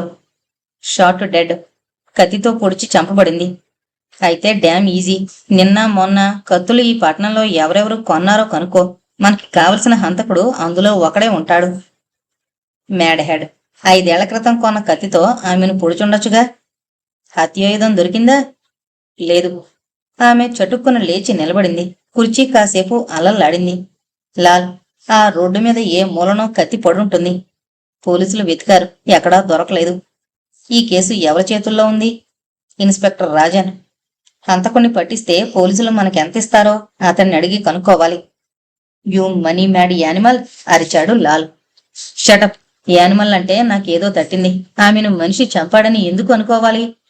కత్తుల్లాంటి కొమ్ములున్న ఏ ఎద్దో గుండెల్లో పొడిచి చంపుండొచ్చుగా అంది లత. లత: ఫర్ హెవెన్స్ సేక్ నువ్వు ఆలోచించుకో. నీదొక మట్టి బుర్ర. ఆ కుర్చీలో కూర్చుని డబ్బు కలెక్ట్ చేసి లెక్క పెట్టుకుంటూ ఉండు అన్నాడు లాల్ విసుగ్గా. ఆమె కుర్చీలో చతికిలబడింది.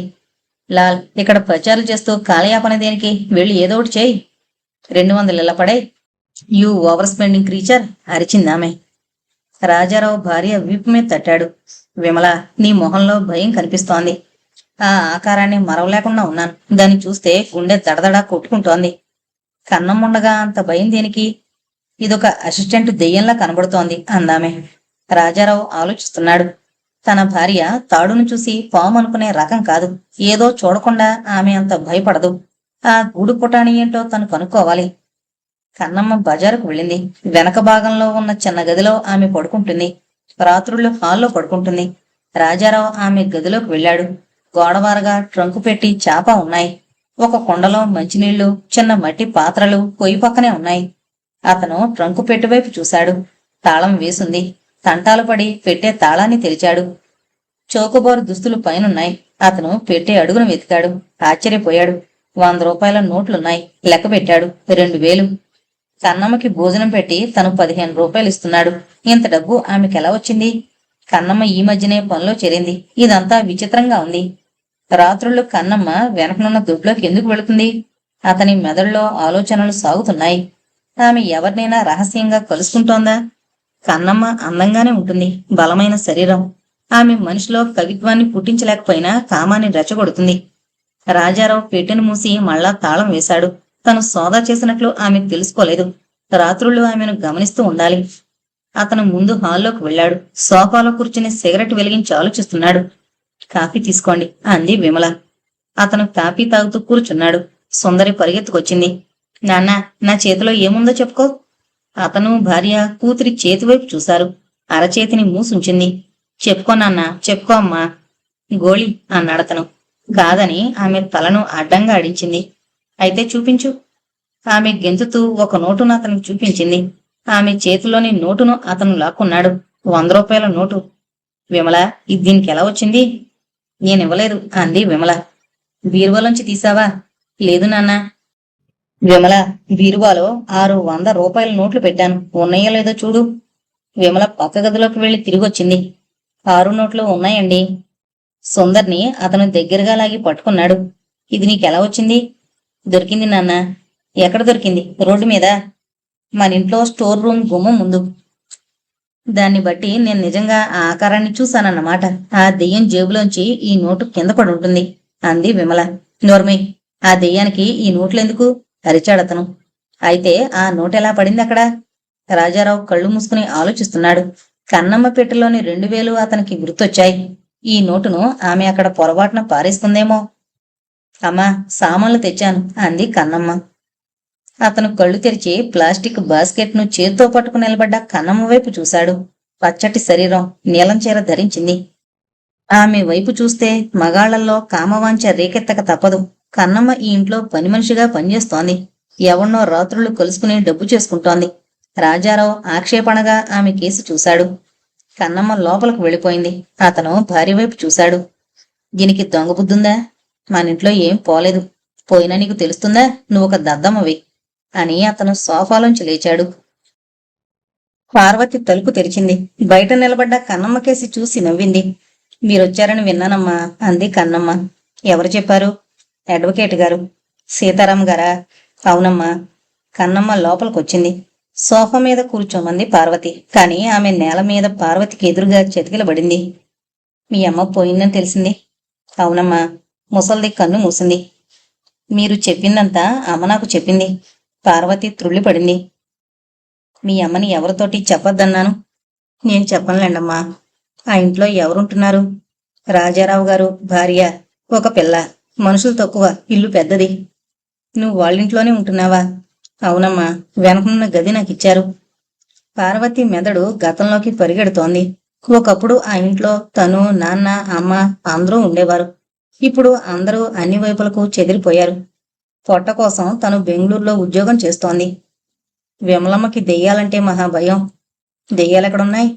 శేఖర్ బాబు దెయ్యమై విహరిస్తున్నాడని ఆమె అనుకుంటూ ఉంటుంది. పార్వతి విచిత్రంగా నవ్వింది. మంచివాళ్లు మరణించి దెయ్యాలెవరు సుఖంగా మరో లోకంలో ఆనందిస్తూ ఉంటారు. పార్వతి సోఫాలోంచి లేచి బయటికెళ్లి బాయ్ని పిలిచింది. కాసేపట్లో హోటల్ బాయ్ గదిలోకొచ్చాడు. కన్నమ్మ, కాఫీ, టీ ఏం తాగుతావు? అవన్నీ నాకెందుకమ్మా? 10 ఏళ్ల తర్వాత మనం మళ్ళా కలుసుకున్నాం. ఏదో తీసుకుంటేనే గాని నిన్ను కదలనివ్వను. పార్వతి బాయ్ వైపు చూసి స్వీట్సు, హాటు, కాఫీ పట్రమ్మంది. హోటల్ బాయ్ తలాడిస్తూ వెళ్ళిపోయాడు. పార్వతి దగ్గరకు జరిగింది కన్నమ్మ. కన్నమ్మ, నువ్వు అందంగా ఉన్నావు. పెళ్ళయిందా? చేసుకోలేదమ్మా. ఈనాటి మోగ పురుగుల్ని నమ్మలేం. ప్రేమించి మోసపోయావా? కన్నమ్మ నవ్వింది. రోజల్లా పనితో సరిపోతుంది. ప్రేమకి నాకు టైం ఎక్కడమ్మా? కన్నమ్మ, నువ్వు పనిచేసే ఇంటికి రావాలి. ఎన్నేళ్ళో అదే ఇంట్లో మేం జీవించాం. ఆ ఇంట్లోని ప్రతి గోడ, తలుపు, గది నా గత జీవితాన్ని గుర్తు తెస్తుంది. రండమ్మా. మీ యజమానురాలు విసుకోదుగా? ఆమె మనిషి దొరికితే చాలు మాట్లాడుతూనే ఉంటుంది. వసపెట్ట.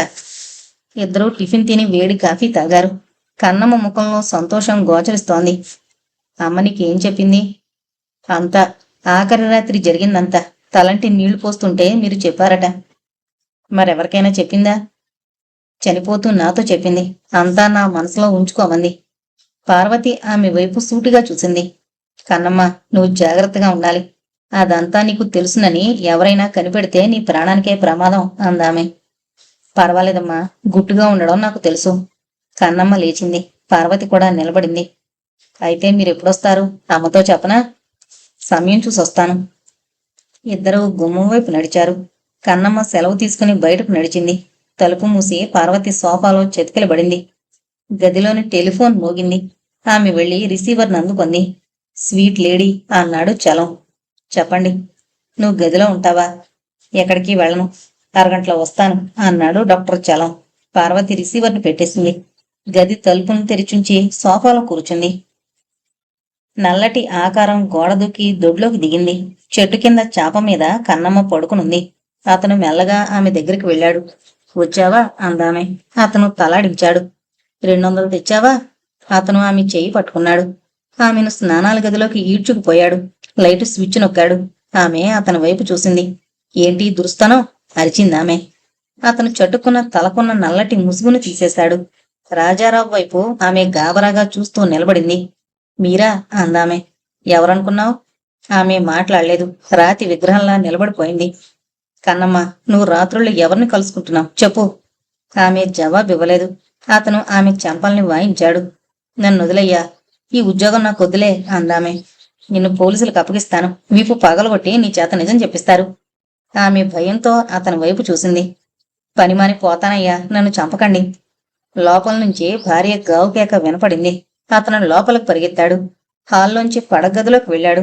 విమల నేల మీద పడుంది. మొహం మీద నీళ్లు జల్లి ఆమె లేపాడు. ఆమె అతని ముఖాన్ని చూసింది. ఆ నల్లటి ఆకారం మీరేనా అడిగింది. ఎక్కడ చూసావు? ఇక్కడే, గుమ్మంలో. రాజారావు ఉలిక్కి పడ్డాడు. తను కన్నమ్మతో మాట్లాడుతున్నాడు. తనిక్కడికి రాలేదు. మరెవరైనా వచ్చారా ఈ గదిలోకి? నేనిక్కడికి రాలేదు. ఏంటండి ఈ వేషం? కన్నమ్మని బోల్తా కొట్టించడానికి ఈ వేషం వేశాను. ఇప్పుడు దాని చేత నిజం కక్కిస్తాను. అదేమంది? రాజారావు జవాబివ్వలేదు. వంటింటి ప్రాంతం నుంచి ఏదో కేక భయానకంగా వినపడింది. అతను పరిగెత్తాడు. విమల వెనకనే వెళ్ళింది. బాత్రూంలో దీపం వెలుగుతోంది. స్టోర్ రూమ్ తలుపు తెరిచుంది. గుమ్మం ముందు కన్నమ్మ వెలకిల్లా పడుంది.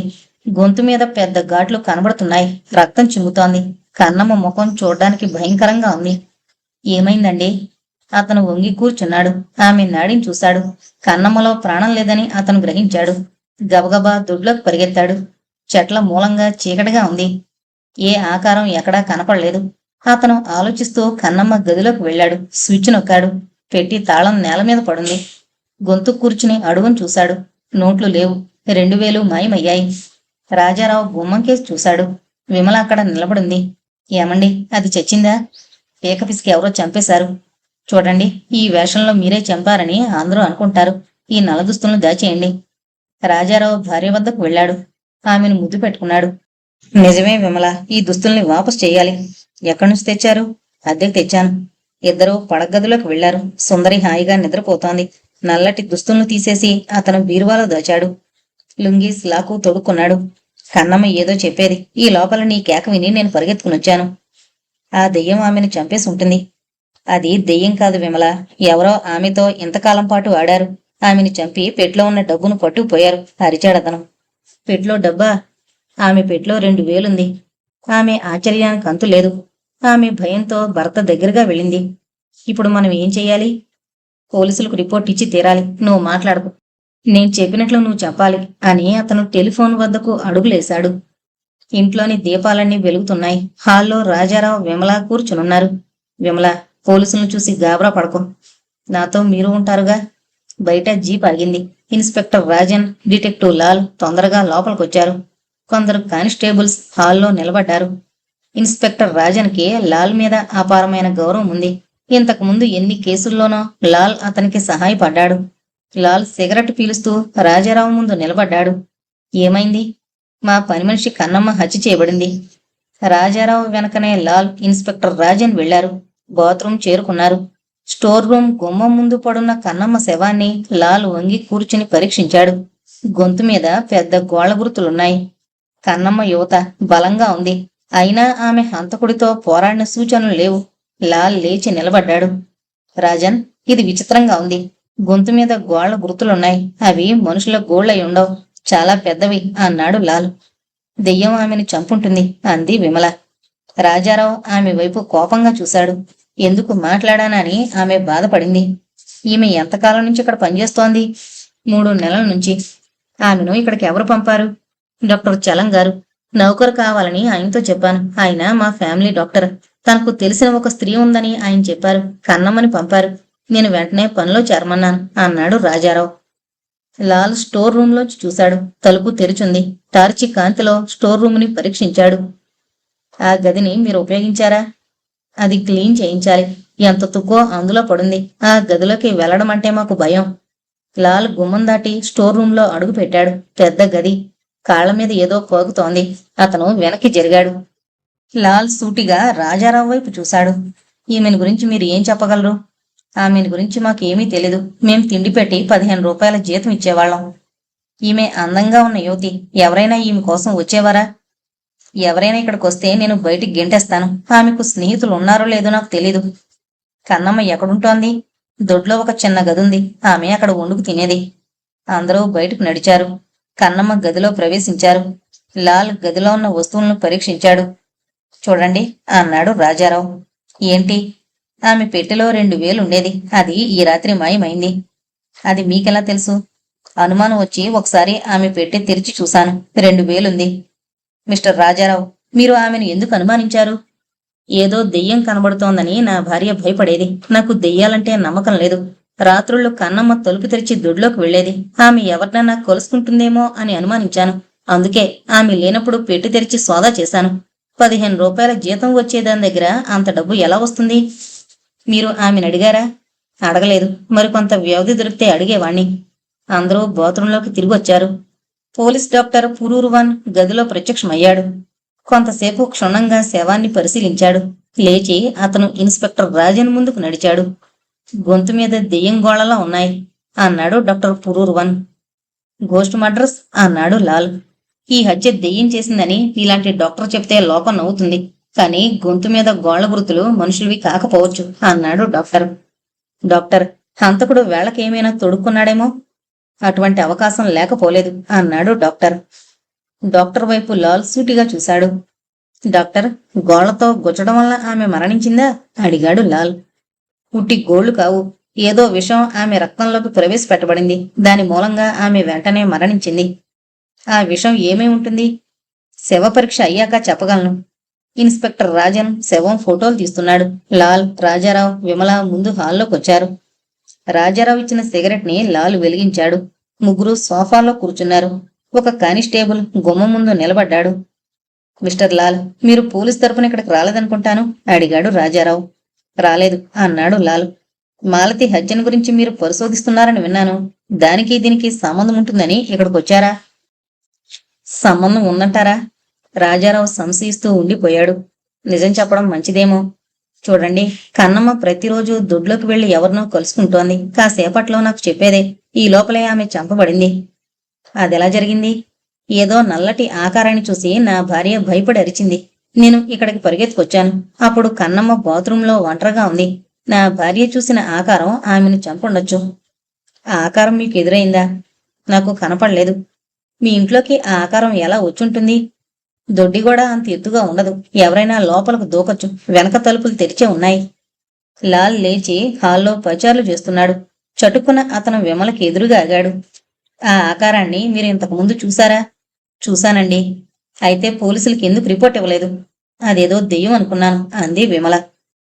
పక్కిల్లు 10 ఏళ్లు పైగా మూసుంది. ఆ ఇంట్లో నుంచి ఏవేవో చప్పుళ్ళు ఈమెకు వినబడుతూ ఉంటాయి. అవి దెయ్యాలని అనుకుంటుంది అన్నాడు రాజారావు. పక్కిల్లు ఎవరిది? అడ్వకేట్ మూర్తి గారిది. మా డాక్టర్ చలం గారు ఆయన అల్లుడే. లాల్ మెదడులో ఏదో తళుక్కుమంది. డాక్టర్ చలం. గ్యాస్లెట్ స్ట్రీట్లో హత్య చేయబడిన స్త్రీకి పార్వతితో పరిచయం ఉంది. పార్వతికి డాక్టర్ చలం తెలుసు. పక్కింటి అల్లుడు డాక్టర్ చలం. ఈ ఇంట్లో కన్నమ్మ చచ్చిపడింది.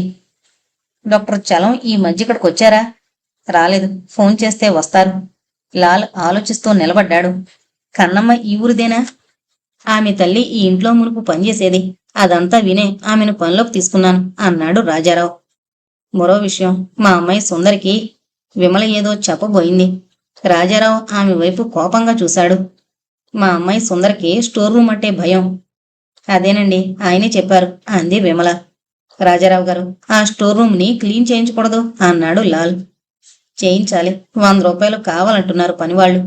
లాల్ లోపలికి వెళ్లాడు. శవాన్ని మరోసారి పరిశీలించాడు. మిస్టర్ లాల్, ఏమంటారు అన్నాడు ఇన్స్పెక్టర్ రాజన్. ఈమెకు డబ్బున్న లవర్ ఎవరో ఉండుండాలి. ఎందుకో భయపడి అతను ఆమెని చంపేశాడు. ఇన్స్పెక్టర్ రాజన్ నవ్వుతూ లాల్ వైపు తిరిగాడు. మిస్టర్ లాల్, ఇది పెద్దిల్లు. కన్నమ్మ మంచి వయసులో ఉంది. రాజారావుకి ఆమెతో సంబంధం ఉందేమో. అయితే ఆ ఆకారం ఎవరిదే ఉంటుంది? మనల్ని ఫూల్ చేయడానికి ఒక నల్లదుస్తుల ఆకారాన్ని భార్యాభర్తలు సృష్టించుండొచ్చుగా అన్నాడు రాజన్. యు ఆర్ రైట్ అన్నాడు లాల్. ఆమె పెట్టిలోని 2000 దొరుకుతాయేమో ఈ ఇల్లు సోదా చేస్తే. చేయించి చూడండి అన్నాడు లాల్. ఇన్స్పెక్టర్ రాజన్ 2 కానిస్టేబుల్స్ తో హాల్లోకి నడిచాడు. లాల్ ఆలోచిస్తూ వాళ్లను వెంబడించాడు. రాజారావు గారు, మీ ఇల్లు సోదా చెయ్యాలి అన్నాడు ఇన్స్పెక్టర్. రాజారావు మొహంలో నెత్తురు చుక్కలేదు. పడగదిలో దీపాలు దేదీప్యమానంగా వెలుగుతున్నాయి. రాజారావు గాబరాగా అటు ఇటు తిరుగుతున్నాడు. సుందరి లేచి తల్లి పక్కనే కూర్చుంది. ఇన్స్పెక్టర్ రాజన్ బీరువాలోని నల్లటి దుస్తులను బయటకు లాగాడు. లాల్ దుస్తుల వైపు ఆశ్చర్యంగా చూశాడు. ఇన్స్పెక్టర్ రాజన్ సమీపంలో ఉన్న రాజారావు వైపు చూశాడు. మిస్టర్ రాజారావు, ఈ దుస్తులు ధరించి మీరు దెయ్యంగా ఎందుకు నటిస్తున్నారు అడిగాడు రాజన్. అదేంటండి, దెయ్యం మీరేనా అంది అతని భార్య. నోటికి తాళం వేవే అరిచాడతను విసుగ్గా. ఈ దుస్తులు మీరు కుట్టించారా అడిగాడు లాల్. ఒక కంపెనీ నుంచి అద్దెకు తీసుకున్నాను. దెయ్యంలా నటించడంలో మీ ఉద్దేశం? మిస్టర్ లాల్, మీకు నిజం చెప్తున్నాను. దెయ్యంలా నేను దుర్దేశంతో నటించలేదు. దుస్తులు ఈవాళ్లే అద్దెకు తీసుకున్నాను. నా భార్య ఏదో నల్లటి ఆకారాన్ని గురించి చెప్పింది. కన్నమ్మని పప్పులో అడుగు వేయించాలని ఆ వేషం నేనే దాల్చాను. చెట్టు కింద పడుకున్న ఆమె దగ్గరకు వెళ్లాను. 200 తెచ్చావా అని ఆమె అడిగింది. రాజారావు ఆగి సిగరెట్ వెలిగించాడు. పొగ వదులుతూ ఎదురుగా ఉన్న వాళ్ల వైపు చూశాడు. ఆశ్చర్యపోయాను. ఆ నల్లటి ఆకారం కన్నమ్మకి డబ్బిస్తోందని గ్రహించాను. అతను ఎవరు? ఆమెను బాత్రూంలోకి లాక్కొచ్చాను. ముఖాన్ని కప్పిన ముసుగును తీసేశాను. నన్ను చూసి ఆమె భయపడిపోయింది. తను ఎవరిని కలుసుకుంటోంది నాతో చెప్పమన్నాను. ఆమె చెప్పలేదు. ఇంతలో ఇటువైపు నుంచి నాకు అరుపు వినపడింది. నేనటు పరిగెత్తాను. కాసేపట్లో కన్నమ్మ చావుకేక నాకు వినపడింది. నేను నా భార్య బాత్రూంలోకి వెళ్లేసరికి ఆమె నేల కూలుంది. మీకు తెలియకుండా ఎవరో లోపలికి వచ్చారంటారు అన్నాడు ఇన్స్పెక్టర్ రాజన్. ఆ నల్లటి ఆకారాన్ని విమల చూసి అరిచింది. నేను చూశానండి అందామె. ఇన్స్పెక్టర్ రాజన్ పరిహాసంగా నవ్వాడు. రాజారావు గారు, మరో ఆకారాన్ని మీరు మీ భార్య కాక ఎవరైనా చూశారా? సుందరి నిద్రపోతోంది. చూడ్డానికి మరెవరూ ఇంట్లో లేరు. కన్నమ్మని హత్య చేశారనే నేరం మీద మిమ్మల్ని అరెస్టు చేస్తున్నాను అన్నాడు రాజన్. విమల ఉలిక్కి పడింది. సుందరి గాబరాతో పోలీసుల వైపు చూస్తోంది. ఇన్స్పెక్టర్, మీరు అర్థం లేకుండా మాట్లాడుతున్నారు. నేను నా భార్య ఈ గదిలో ఉండగా కన్నమ్మ కేక మాకు వినపడింది. నిజం ఇన్స్పెక్టర్ గారు అంది విమల. నేను ఆమెను బాత్రూంలో చంపుతూ ఈ గదిలోంచి కేక వినలేదు. ఇంపాసిబుల్ అన్నాడు రాజారావు. ఆమె కేక వినకుండా విన్నానని చెప్పొచ్చుగా. రాజారావు విసుగ్గా ఇన్స్పెక్టర్ వైపు చూశాడు. నీరసంగా కొరుపు మీద చెతికిలబడ్డాడు. లాల్ అతని దగ్గరగా జరిగాడు. లాల్ గారు, పోలీసులకు అనవసరంగా ఫోన్ చేశాననిపిస్తోంది. రాజారావు గారు, గాబరా పడకండి. ఇదొక హత్య సందర్భంలో ఈ ఇంట్లో ఉన్న వాళ్ళందరూ అనుమానితులే. కన్నమ్మని నేనెందుకు చంపుతాను? ఆమెతో మీకు అక్రమ సంబంధం ఉండొచ్చుగా. మీరు ఆమెకు డబ్బిస్తున్నారు. మీకు విసిగెత్తింది. ఆమె మిమ్మల్ని వదలడం లేదు. మీ భార్యతో అంతా చెప్తానని భయపెడుతోంది. అప్పుడేం చేస్తారు అన్నాడు లాల్. అదంతా ఊహాగానం. ఉద్యోగంలో ఉన్నాను, మర్యాదగా జీవిస్తున్నాను. హత్యా నేరం నా మీద మోపడం ధర్మం కాదు. మిస్టర్ లాల్, నేను నిజం చెప్పాను. మీరు నన్ను కాపాడండి అన్నాడు రాజారావు. ఇందాక మీ భార్య ఆ అమ్మాయి సుందరికి అని ఏదో చెప్పబోయారు. ఏంటది? సుందరికి ఒక 100 రూపాయల నోటు దొరికింది. అది మాతో ఎందుకు చెప్పలేదు? మీతో చెప్తే ఆ నోట్ను మీకు ఇవ్వాలి. అది ఉంచుకోవచ్చని కక్కుర్తి పడ్డాను అన్నాడు రాజారావు. లాల్ నవ్వుతూ ఇన్స్పెక్టర్ వద్దకు నడిచాడు. ఎక్కడా ఆ 2000 దొరకలేదు. 700 రూపాయల నోట్లు మాత్రం బీరువాలో ఉన్నాయి అన్నాడు రాజన్. మిస్టర్ రాజన్, ఆయన నిజం చెప్తున్నారనిపిస్తోంది. అయితే కన్నమ్మని ఎవరు చంపారు? ఆమె హంతకుడు కోసం మనం వెతకాలి అన్నాడు లాల్. మిస్టర్ లాల్, మనం ఏదో తొందరగా చెయ్యాలి అన్నాడు ఇన్స్పెక్టర్ రాజన్. ఇన్స్పెక్టర్ రాజన్ కుర్చీలో వెనక్కి వాలి పైన తిరుగుతోన్న ఫ్యాన్ వైపు చూశాడు. ఫ్యాను బ్లేడ్లు బూజుపట్టున్నాయి. అది చూస్తుంటే రాజారావు ఇంట్లోని స్టోర్ రూమ్ అతనికి జ్ఞప్తికొస్తోంది. లాల్ ఎదురుగా కూర్చునున్నాడు. అతను డాక్టర్ రిపోర్ట్ను చదువుతున్నాడు. మిస్టర్ రాజన్, ఏమంటారు? సైనైడ్ పాయిజనింగ్ అంటున్నారు డాక్టర్. అవి మనిషి గోళ్లు కాదు. ఇది ఏ గోస్ట్ అయినా చేసిందేమో అనిపిస్తోంది అన్నాడు రాజన్. మిస్టర్ రాజన్, గోస్టుకి సైనైడ్ ఎలా దొరుకుతుంది? మనుషుల కంటే సులువుగా సంపాదించగలవు దెయ్యాలు. మనిద్దరం దెయ్యాలున్నాయంటే ప్రజలు నవ్వుతారు. దెయ్యాలు లేవని ఆలోచిద్దాం. మిస్టర్ లాల్, నేను గాజులూరు అనే గ్రామం నుంచి వస్తున్నాను. ఆ ఊరి చివర కొబ్బరి తోటలో ఒక పాడుబడ్డ నుయ్యుంది. అక్కడికి వెళ్లడం అంటే అందరికీ భయంగా ఉండేది. ఎందుకో తెలుసా? సస్పెన్స్ ఎందుకు, చెప్పండి. రాత్రుళ్ళు ఎవరు నూతి దగ్గరకు వెళ్ళినా నూతిలోకి పడిపోయేవారు. పోలీసు ఉద్యోగంలో చేరి నేను మా ఊరు వెళ్ళాను. రాత్రి నాన్న ఆ నూతిని గురించి చెప్తున్నాడు. దెయ్యాల్లో నాకు నమ్మకం లేదు. నేను ఇంటి ముందు వీధిలో మడత మంచం మీద పడుకున్నాను. అదేంటో చూద్దామనిపించింది. ధైర్యంగా కొబ్బరి తోట వైపు వెళ్ళాను. ఆకాశంలో చంద్రుడున్నాడు. నా చేతిలో టార్చ్ లైట్ ఉంది. నుయ్యి పక్కనే నిలబడ్డాను. గాలి వీస్తోంది. ఏవో పక్షులు కూస్తున్నాయి. ఉలిక్కి పడ్డాను. ఎవరో నవ్వుతున్నారు. ఆడకంఠం. గాజుల చప్పుడు వినబడుతోంది. టార్చి కాంతిలో అన్ని వైపులా చూశాను. ఎవరూ ఎక్కడా లేరు. కానీ నవ్వు వినపడుతూనే ఉంది.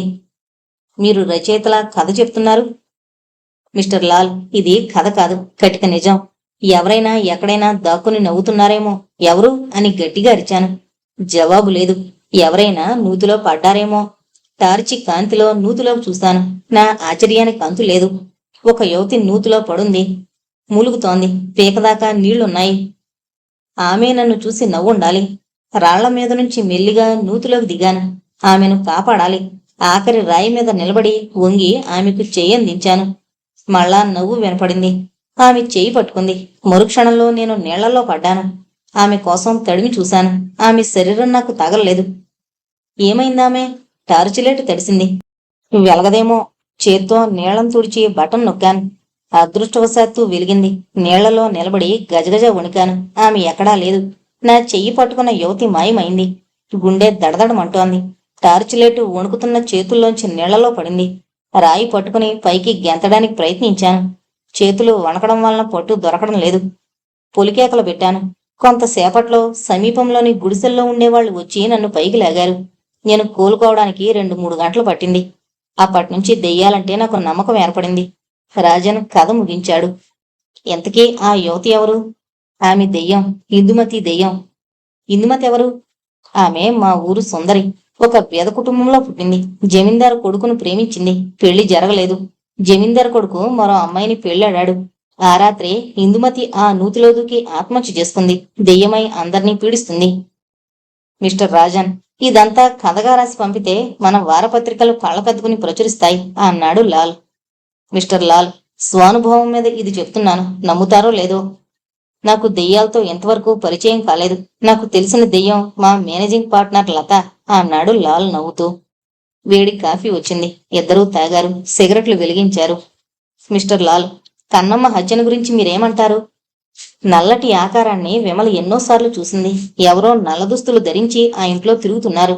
అలా ఎందుకు తిరుగుతారు? ఆ ఇంట్లో ఉన్నదేదైనా వాళ్ళకు కావాలా? రాజారావు ముందు ఆ ఇంట్లో మరెవరో ఉండుంటారు. ఆ నల్లటి ఆకారం ఆ ఇంట్లో దేనికోసమో వెతుకుతోందని నా నమ్మకం. ఇది నిజమైతే అతను మళ్ళా ప్రత్యక్షమవక తప్పదు. ఈసారి అతన్ని మనం రహస్యంగా పట్టుకోవాలి. అతను కన్నమ్మను ఎందుకు చంపాడు? కన్నమ్మ అతనికి సహాయపడుతోంది. ఆమె రాజారావుకి నిజం చెప్పేస్తుందని భయపడి అతను ఆమె నోరు నొక్కేసి ఉండొచ్చు అన్నాడు లాల్. టెలిఫోన్ మోగింది. రాజన్ మాట్లాడి రిసీవర్ని లాల్కిచ్చాడు. హలో అన్నాడు లాల్. 2 రోజుల నుంచి నాకు ముఖం చూపించడం మానేసావు, ఏం చేస్తున్నావు అంది లత. లత, స్టాప్ యువర్ షౌటింగ్. నేను హనీమూన్ చేసుకోవడం లేదు, హంతకుడి కోసం వేటాడుతున్నాను. లాల్, రామ్మూర్తి తతిమా 4000 ఇచ్చి వెళ్లిపోయాడు. రోజుకి 10 సార్లు ఫోన్ చేసి హంతకుడు దొరికాడా అని అడుగుతున్నాడు. 2-3 రోజుల్లో అంతా తేలిపోతుంది. Do it fast. లాల్ రిసీవర్ని పెట్టేశాడు. నవ్వుతూ ఇన్స్పెక్టర్ రాజన్ వైపు చూశాడు. రియల్ గోస్ట్ అన్నాడు లాల్. ఇన్స్పెక్టర్ రాజన్ నవ్వసాగాడు. నువ్వు చెప్పిన నూతి దగ్గరకు లతను ఒంటరిగా వెళ్ళమనాలి అన్నాడు లాల్. నో యూజ్, ఆమె నూతిలో పడదు. నూతికి కారుకులా మూతై కూర్చుంటుంది అన్నాడు ఇన్స్పెక్టర్ రాజన్ నవ్వుతూ. లాల్ సిగరెట్ వెలిగించి పొగ ఊదుతున్నాడు. కన్నమ్మ హత్యకి మాలతి హత్యకి సంబంధముందా? మిస్టర్ రాజన్, ప్రస్తుతం ఏం చెప్పగలం? రెండు విధాలుగా జరిగాయి. మాలతి కత్తితో పొడిచి చంపబడింది. కన్నమ్మ గొంతు గోళ్లతో గుచ్చబడింది. కన్నమ్మని చంపడం వల్ల హంతకుడికి ఏదో లభిస్తుందని మనం అనుకోవచ్చు. కానీ మాలతిని చంపడం వల్ల అతనికి వచ్చేదేమీ లేదు. ఎటువంటి లాభం లేకుండా మాలతిని ఎందుకు చంపాడు? అది ఊహాతీతంగా ఉంది అన్నాడు లాల్. లాల్ కుర్చీలోంచి లేచాడు. ఇన్స్పెక్టర్ రాజన్తో కరచాలనం చేశాడు. మరికొంత పనుంది, వెళతాను. ఏదైనా తెలిస్తే వెంటనే ఫోన్ చేయండి. తప్పక చేస్తాను అన్నాడు లాల్. లాల్ బయటకు నడిచాడు. కొంచెం దూరం రోడ్డమ్మట నడిచాడు. ఖాళీ టాక్సీ కనిపించింది. చప్పట్లు కొట్టి అతను టాక్సీని ఆపాడు. తలుపు తెరుచుకుని వెనక సీటు మీద కూర్చున్నాడు. టాక్సీ కదిలింది.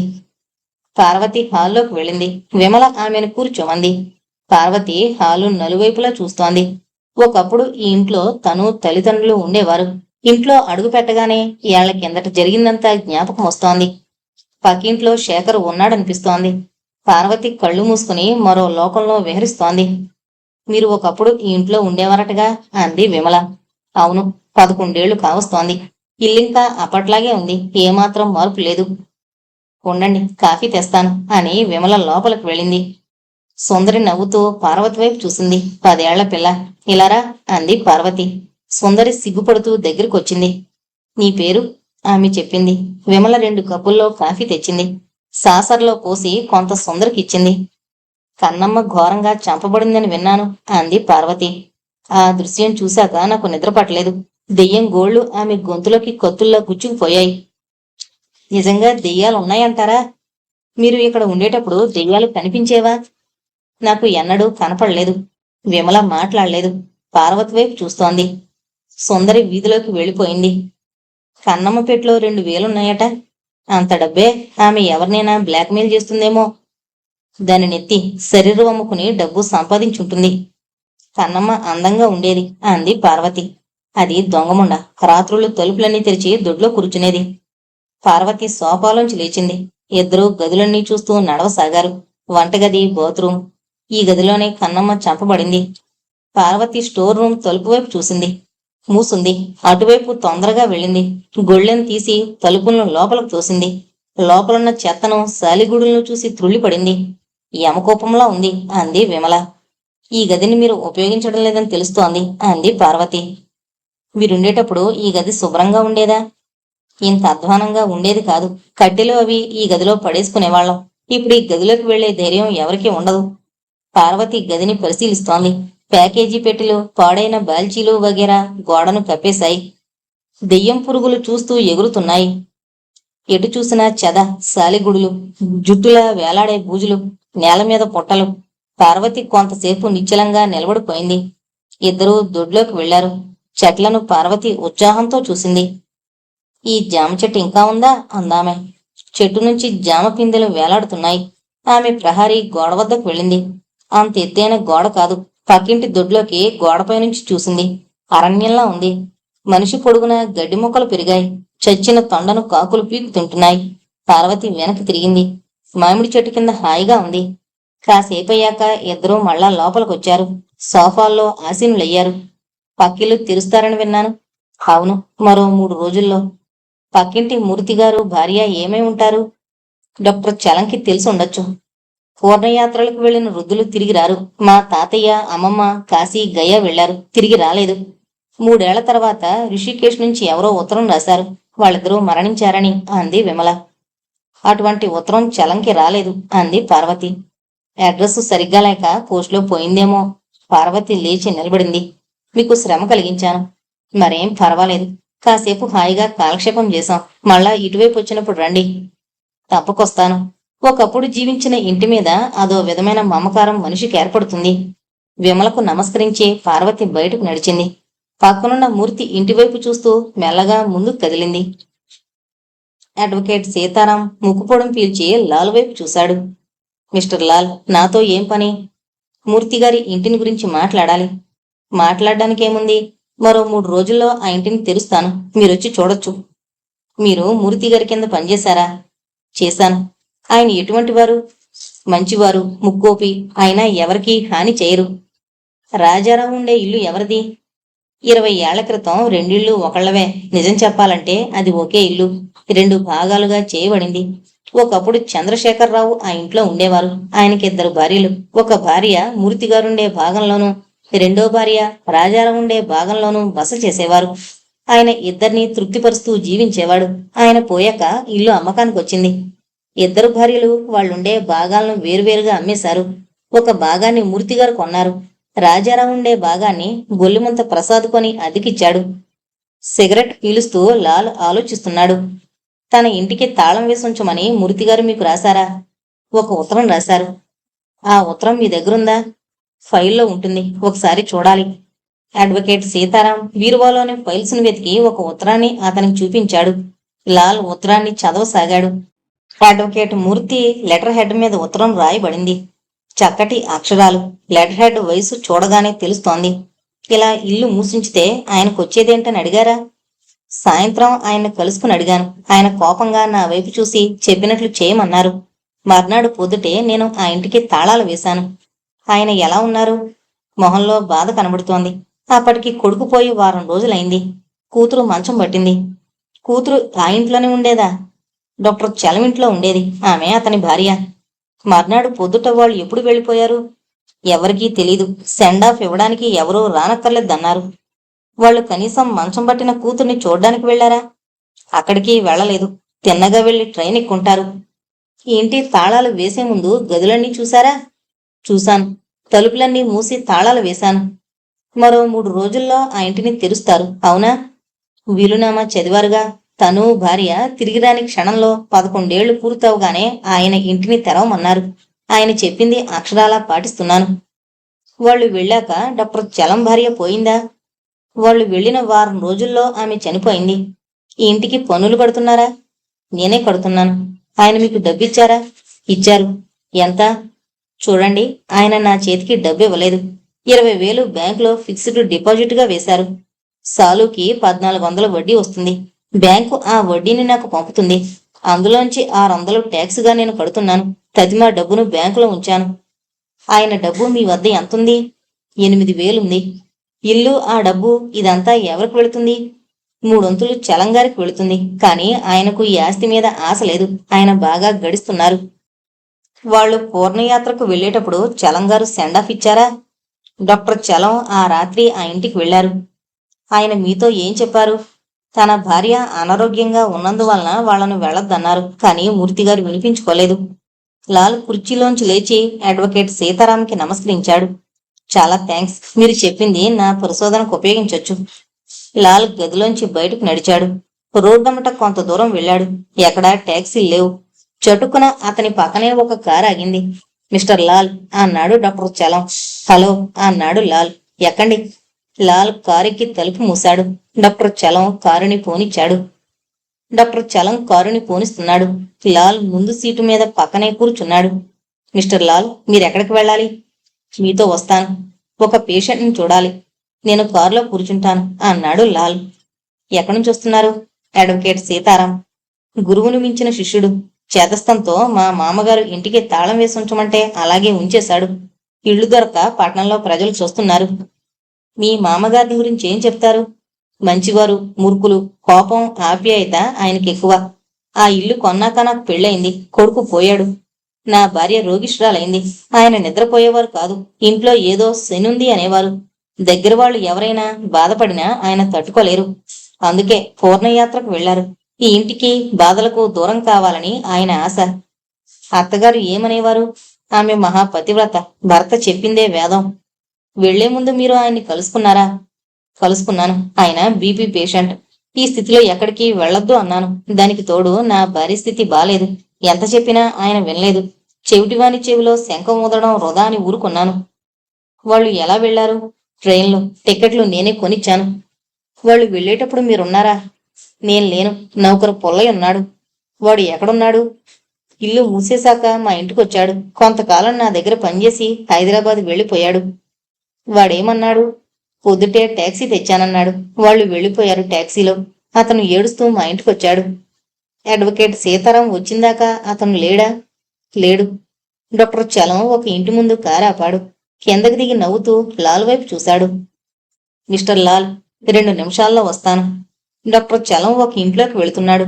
లాల్ అతడిని వెనక నుంచి చూస్తున్నాడు.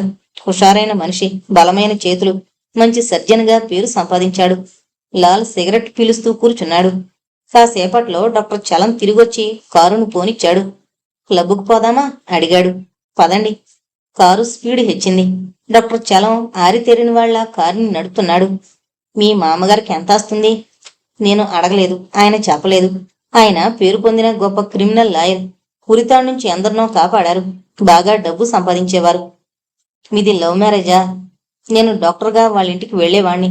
వాళ్ళ అమ్మాయికి నేనంటే ఎంతో ఇష్టం. ఆమె నన్ను ఆకర్షించింది. పెళ్ళైపోయింది. జిమ్ఖానా క్లబ్ ముందు డాక్టర్ చలం కారు ఆపాడు. ఇద్దరూ లోపలికి వెళ్లారు. 11 అయింది.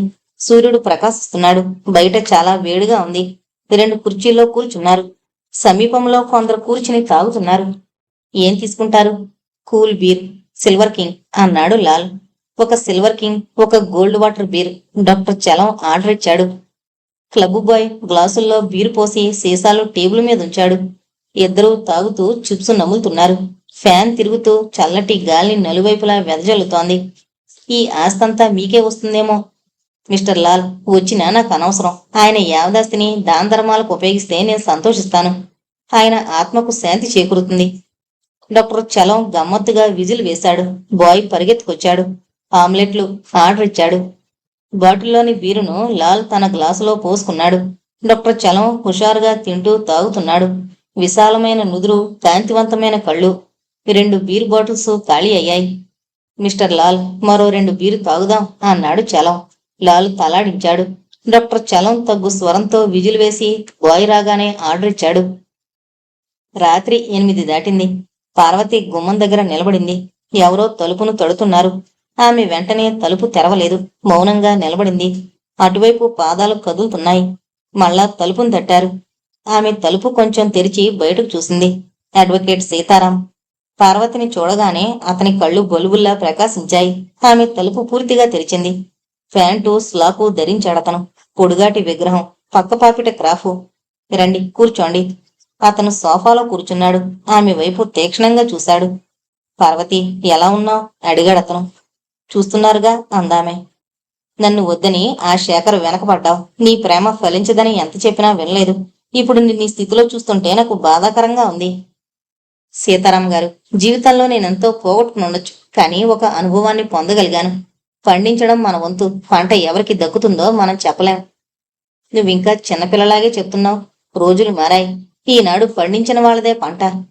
మీరెలా ఉన్నారు? నా భార్యకు ఉబ్బసం. నాకు పిల్లలు లేరు.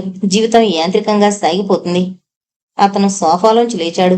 ఆమె దగ్గరగా వెళ్ళాడు. చేయి పట్టుకున్నాడు. ఆమె విదిలించుకుంది. పార్వతి, మూర్తిగారి దగ్గర అసిస్టెంట్ గా ఉన్నప్పుడు నీతో హాయిగా ఆడేవాణ్ణి.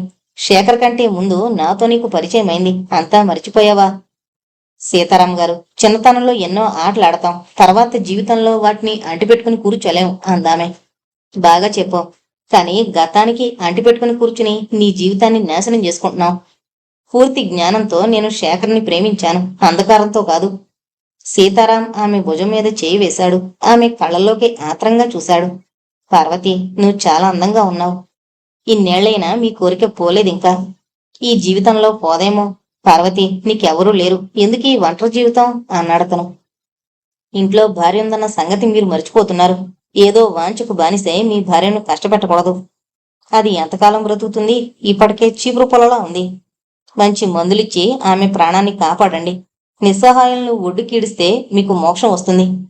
అందుకే నిన్ను ఒక ఇంటిదాన్ని చెయ్యాలని ప్రయత్నిస్తున్నాను. ఆమె అతని వైపు పరిహాసంగా చూసింది.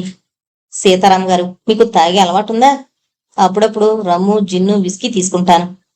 ఆ స్థితిలో ఇక్కడికి వచ్చినట్టున్నారు. దయచేసి మీ ఇంటికి వెళ్ళండి. ఇంత ప్రేమ మీ భార్య మీద కురిపిస్తే చీపురు పొలలా ఉన్నామే శిశింద్రియ గెంతుతుంది. పార్వతి, ఈనాడు నేనొక పెద్ద క్రిమినల్ లాయర్ని. కావలసినంత డబ్బుంది. అనేక మంది ఆస్తులకు నేను ట్రస్టీని. అనామకుండనుకుని నన్ను తుడిచిపారేకు. మిమ్మల్ని గౌరవంగా ఇంటికి వెళ్ళమంటున్నాను. సీతారాం మెల్లగా గుమ్మం వైపు నడిచాడు. వెనక్కి తిరిగి ఆమెను చూస్తూ నిలబడ్డాడు. మూర్తిగారి ఇల్లు తెరవబోతున్నాను. ఆ సమయంలో నువ్వు నాతో ఉండాలి. ఎందుకు? చెదిరిపోయి బూజుపట్టిన నా కలల వికృత రూపాన్ని చూడ్డానికా? పార్వతి, ఆమె మౌనంగా ఉండిపోయింది. నువ్విక్కడికి ఎందుకొచ్చావు? నాకే తెలీదేమో. కళ్ళుండి కూడా గుడ్డిగా జీవిస్తున్నావు. ఒక్కోసారి చూడకపోవడం ఎంతో మంచిది. అతను గుమ్మం దాటాడు. ఆమె అతని వైపు చూస్తూ నిలబడింది. అతను మాయమయ్యాక తలుపు మూసుకుంది. టెలిఫోన్ మోగింది. ఆమె వెళ్లి రిసీవర్ని అందుకుంది. పార్వతి, ఏం చేస్తున్నావు? అడిగాడు చలం. నిద్రపోబోతున్నాను. నీ గదికి వద్దామనుకున్నాను.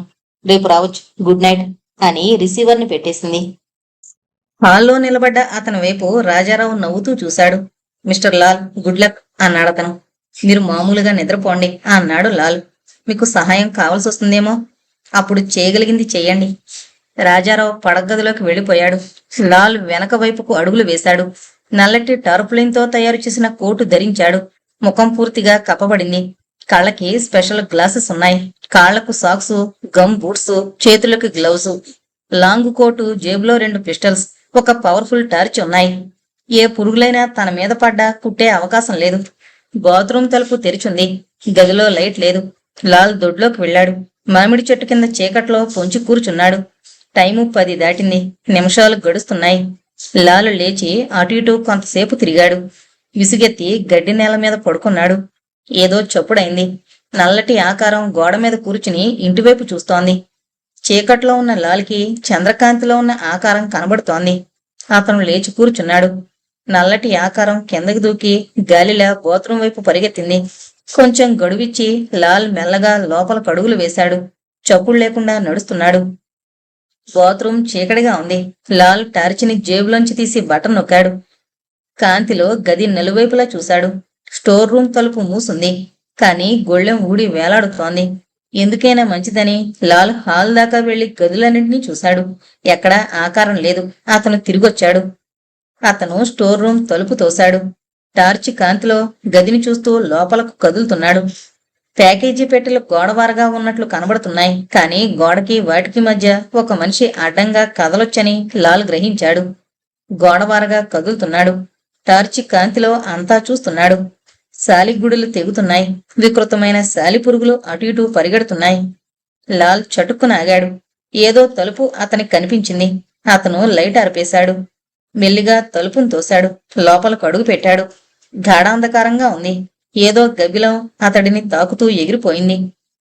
తనిప్పుడు మూర్తి ఇంట్లో ఉన్నాడు. తను చూసిన వ్యక్తి ఈ ఇంట్లో ఎక్కడో ఉండొచ్చు.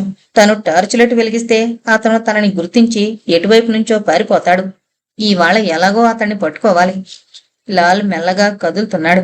చేతులతో కాళ్లతో తడుముకుంటూ వెళుతున్నాడు. ఏదో గోడ అడ్డొచ్చింది. ఆ గోడని తాకుతూ మెల్లిగా పక్కనే నడిచాడు. ఎక్కడో గుమ్మం ఉంటుంది. చివరిదాకా వెళ్లి కుడివైపుకు తిరిగాడు. అతని చేతికి తలుపు తగిలింది. తలుపు తోశాడు. తెరుచుకుంది. కాని చప్పుడైంది. లాల్ గోడవారకు జరిగాడు. ఎవరో కదులుతున్న చప్పుడు అతను గుర్తించాడు. టార్చి కాంతి తనున్న గదిలో పడుతోంది. ఎవరో వస్తున్నారు. తను ఎక్కడ దాక్కోవాలి? నల్లటి ఆకారం గుమ్మం దాటింది. టార్చి కాంతిలో ఆ ఆకారం ముందు కదిలింది. లాల్ గుమ్మం దాటి లోపలికి వెళ్లి గోడవారగా నిలబడ్డాడు. అతను కాసేపట్లో లోపలికొస్తాడు. అతడిని వెనక నుంచి బలంగా బంధించాలి. జోళ్ల చప్పుడు వినపడింది. అతను గుమ్మం దాటాడు. లాల్ అమాంతంగా అతడిని వెనక నుంచి పట్టుకున్నాడు. టార్చ్ లైట్ ఆరిపోయింది. కటిక చీకటి. లాల్ వెనక్కి పడ్డాడు. వెంటనే లేచాడు. చీకట్లో నిలబడి చప్పుళ్ల కోసం చూస్తున్నాడు. కాని ఏ చప్పుడు కాలేదు. 10 నిమిషాలు గడిచిపోయాయి. అతను వెళ్ళిపోయాడా? లాల్ ధైర్యం చేసి టార్చి బటన్ నొక్కాడు. లైటు కాంతిలో అన్ని వైపులా చూశాడు. ఎక్కడా అతను లేడు. లాల్ పక్క గదిలోకొచ్చి వెతికాడు. గుమ్మం దాటి ప్యాకేజీ పెట్లున్న గదికి చేరుకున్నాడు. గబగబా గుమ్మం వద్దకు వెళ్ళాడు. తలుపును లాగాడు. ఎంతకీ తెరవబడలేదు. అటువైపున గొళ్ళెం పెట్టుండాలి. లాల్ గట్టిగా అరిచాడు. టార్చు వెలుగుతోంది. నల్లటి తేలు అతని బూటు మీద పోకుతోంది. అతను బూట్ని దులిపాడు. తేలు కింద పడింది. బూటుతో దాన్ని నొక్కి పచ్చడి చేశాడు. పురుగులు అతనిపైన పోకుతున్నాయి. అవి తన శరీరాన్ని తాకలేవు. లాల్ మళ్లీ అరిచాడు. తలుపు తెరవబడింది. రాజారావు ఎదురుగా నిలబడ్డాడు. లాల్ బాత్రూంలోకి నడిచి దొడ్లోకి పరిగెత్తాడు. అంతా చూసి వెనక్కొచ్చాడు. అతను పారిపోయాడు అన్నాడు లాల్. ఎవరతను? ఎవరో తెలీదు. మూర్తింట్లో దేనికోసమో వెతుకుతున్నాడు అన్నాడు లాల్. మిస్టర్ లాల్, ఈ ఇంట్లోంచి ఆ ఇంట్లోకి వెళ్ళొచ్చా? స్టోర్ రూంలోంచి వెళ్లడానికి ఒక గుమ్మం ఉంది. అందుకనే అతను ఈ ఇంట్లోంచి అక్కడికి వెళుతున్నాడు. రాజారావు ఆశ్చర్యపోతూ నిలబడ్డాడు. లాల్ సిగరెట్ వెలిగించి పొగ ఊదుతూ ముందు హాలు వైపు నడిచాడు. ఇన్స్పెక్టర్ రాజన్ చెవులు రిక్కించి వింటున్నాడు. లాల్ అతని ముందు పచార్లు చేస్తూ చెబుతున్నాడు. మిస్టర్ రాజన్, రాజారావు ఇంట్లోంచి మూర్తింటికి వెళ్లడానికి స్టోర్ రూంలో ఒక గుమ్మం ఉంది. స్టోర్ రూం నిండా తుక్కు ఉండడం వలన ఎవరూ ఆ గదిలోకి వెళ్లడం లేదు. ఆ వ్యక్తి స్టోర్ రూంలోంచి మూర్తి ఇంట్లోకి వెళుతున్నాడు అన్నాడు లాల్. కన్నమ్మని అతను ఎందుకు చంపుంటాడు? అతను కన్నమ్మ ప్రియుడు కాదు. కన్నమ్మ వెనక తలుపులు తెరిచి అతనికి సహాయపడుతోంది. రాజారావు అది కనిపెట్టాడు. అదే అతను గ్రహించాడు. కన్నమ్మ మూలంగా తను బయటపడచ్చు. ఆ అవకాశం లేకుండా ఆమెను చంపేశాడు. ఆమెకు తనిచ్చిన డబ్బును పట్టుకుపోయాడు. అతను మూర్తింట్లో దేనికోసమో వెతుకుతున్నాడు. అతను దొరికితేనే గాని అది మనకు తెలీదు అన్నాడు లాల్. ఇన్స్పెక్టర్ రాజన్ హుషారుగా లేచాడు. మిస్టర్ లాల్, అతను దేనికోసం వెతుకుతున్నాడో నేను ఊహించగలను. మూర్తి బాగా డబ్బు సంపాదించాడు. అతని డబ్బును పెట్లో పెట్టి ఏ గదిలోనో పాతుంటాడు. దానికోసం అతను వెతుకుతూ ఉండాలి. అది నిజమై ఉంటే అతను గదులను తవ్వి చూడాలి. నేలను తవ్విన సూచనలు నేను చూసిన గదుల్లో లేవు. మరికొన్ని గదుల్లో అతను తవ్వాడేమో. అది చూసి కనుక్కోవాలి. అయితే ఇప్పుడు మనం ఏం చేద్దాం? రాజారావు ఇంట్లో దాక్కుని అతని రాక కోసం ఎదురు చూడాలి. అతను మళ్ళా రాడేమో. వస్తాడని నా నమ్మకం. తన పనిని తొందరగా ముగించడానికి అతను ప్రయత్నిస్తున్నాడని తెలుస్తోంది. అతను అలా ఎందుకు తొందరపడుతున్నాడు? సీతారాం ఆ ఇంటిని తెరుస్తాడు. అతనితో అనేక మంది ఇంట్లో ప్రవేశించొచ్చు. ఆ లోపలే తన పని పూర్తి చేయాలని అతని ఆశ ఉంటుంది. మిస్టర్ లాల్, అంతా మిస్టీరియస్ గా ఉంది అన్నాడు ఇన్స్పెక్టర్ రాజన్.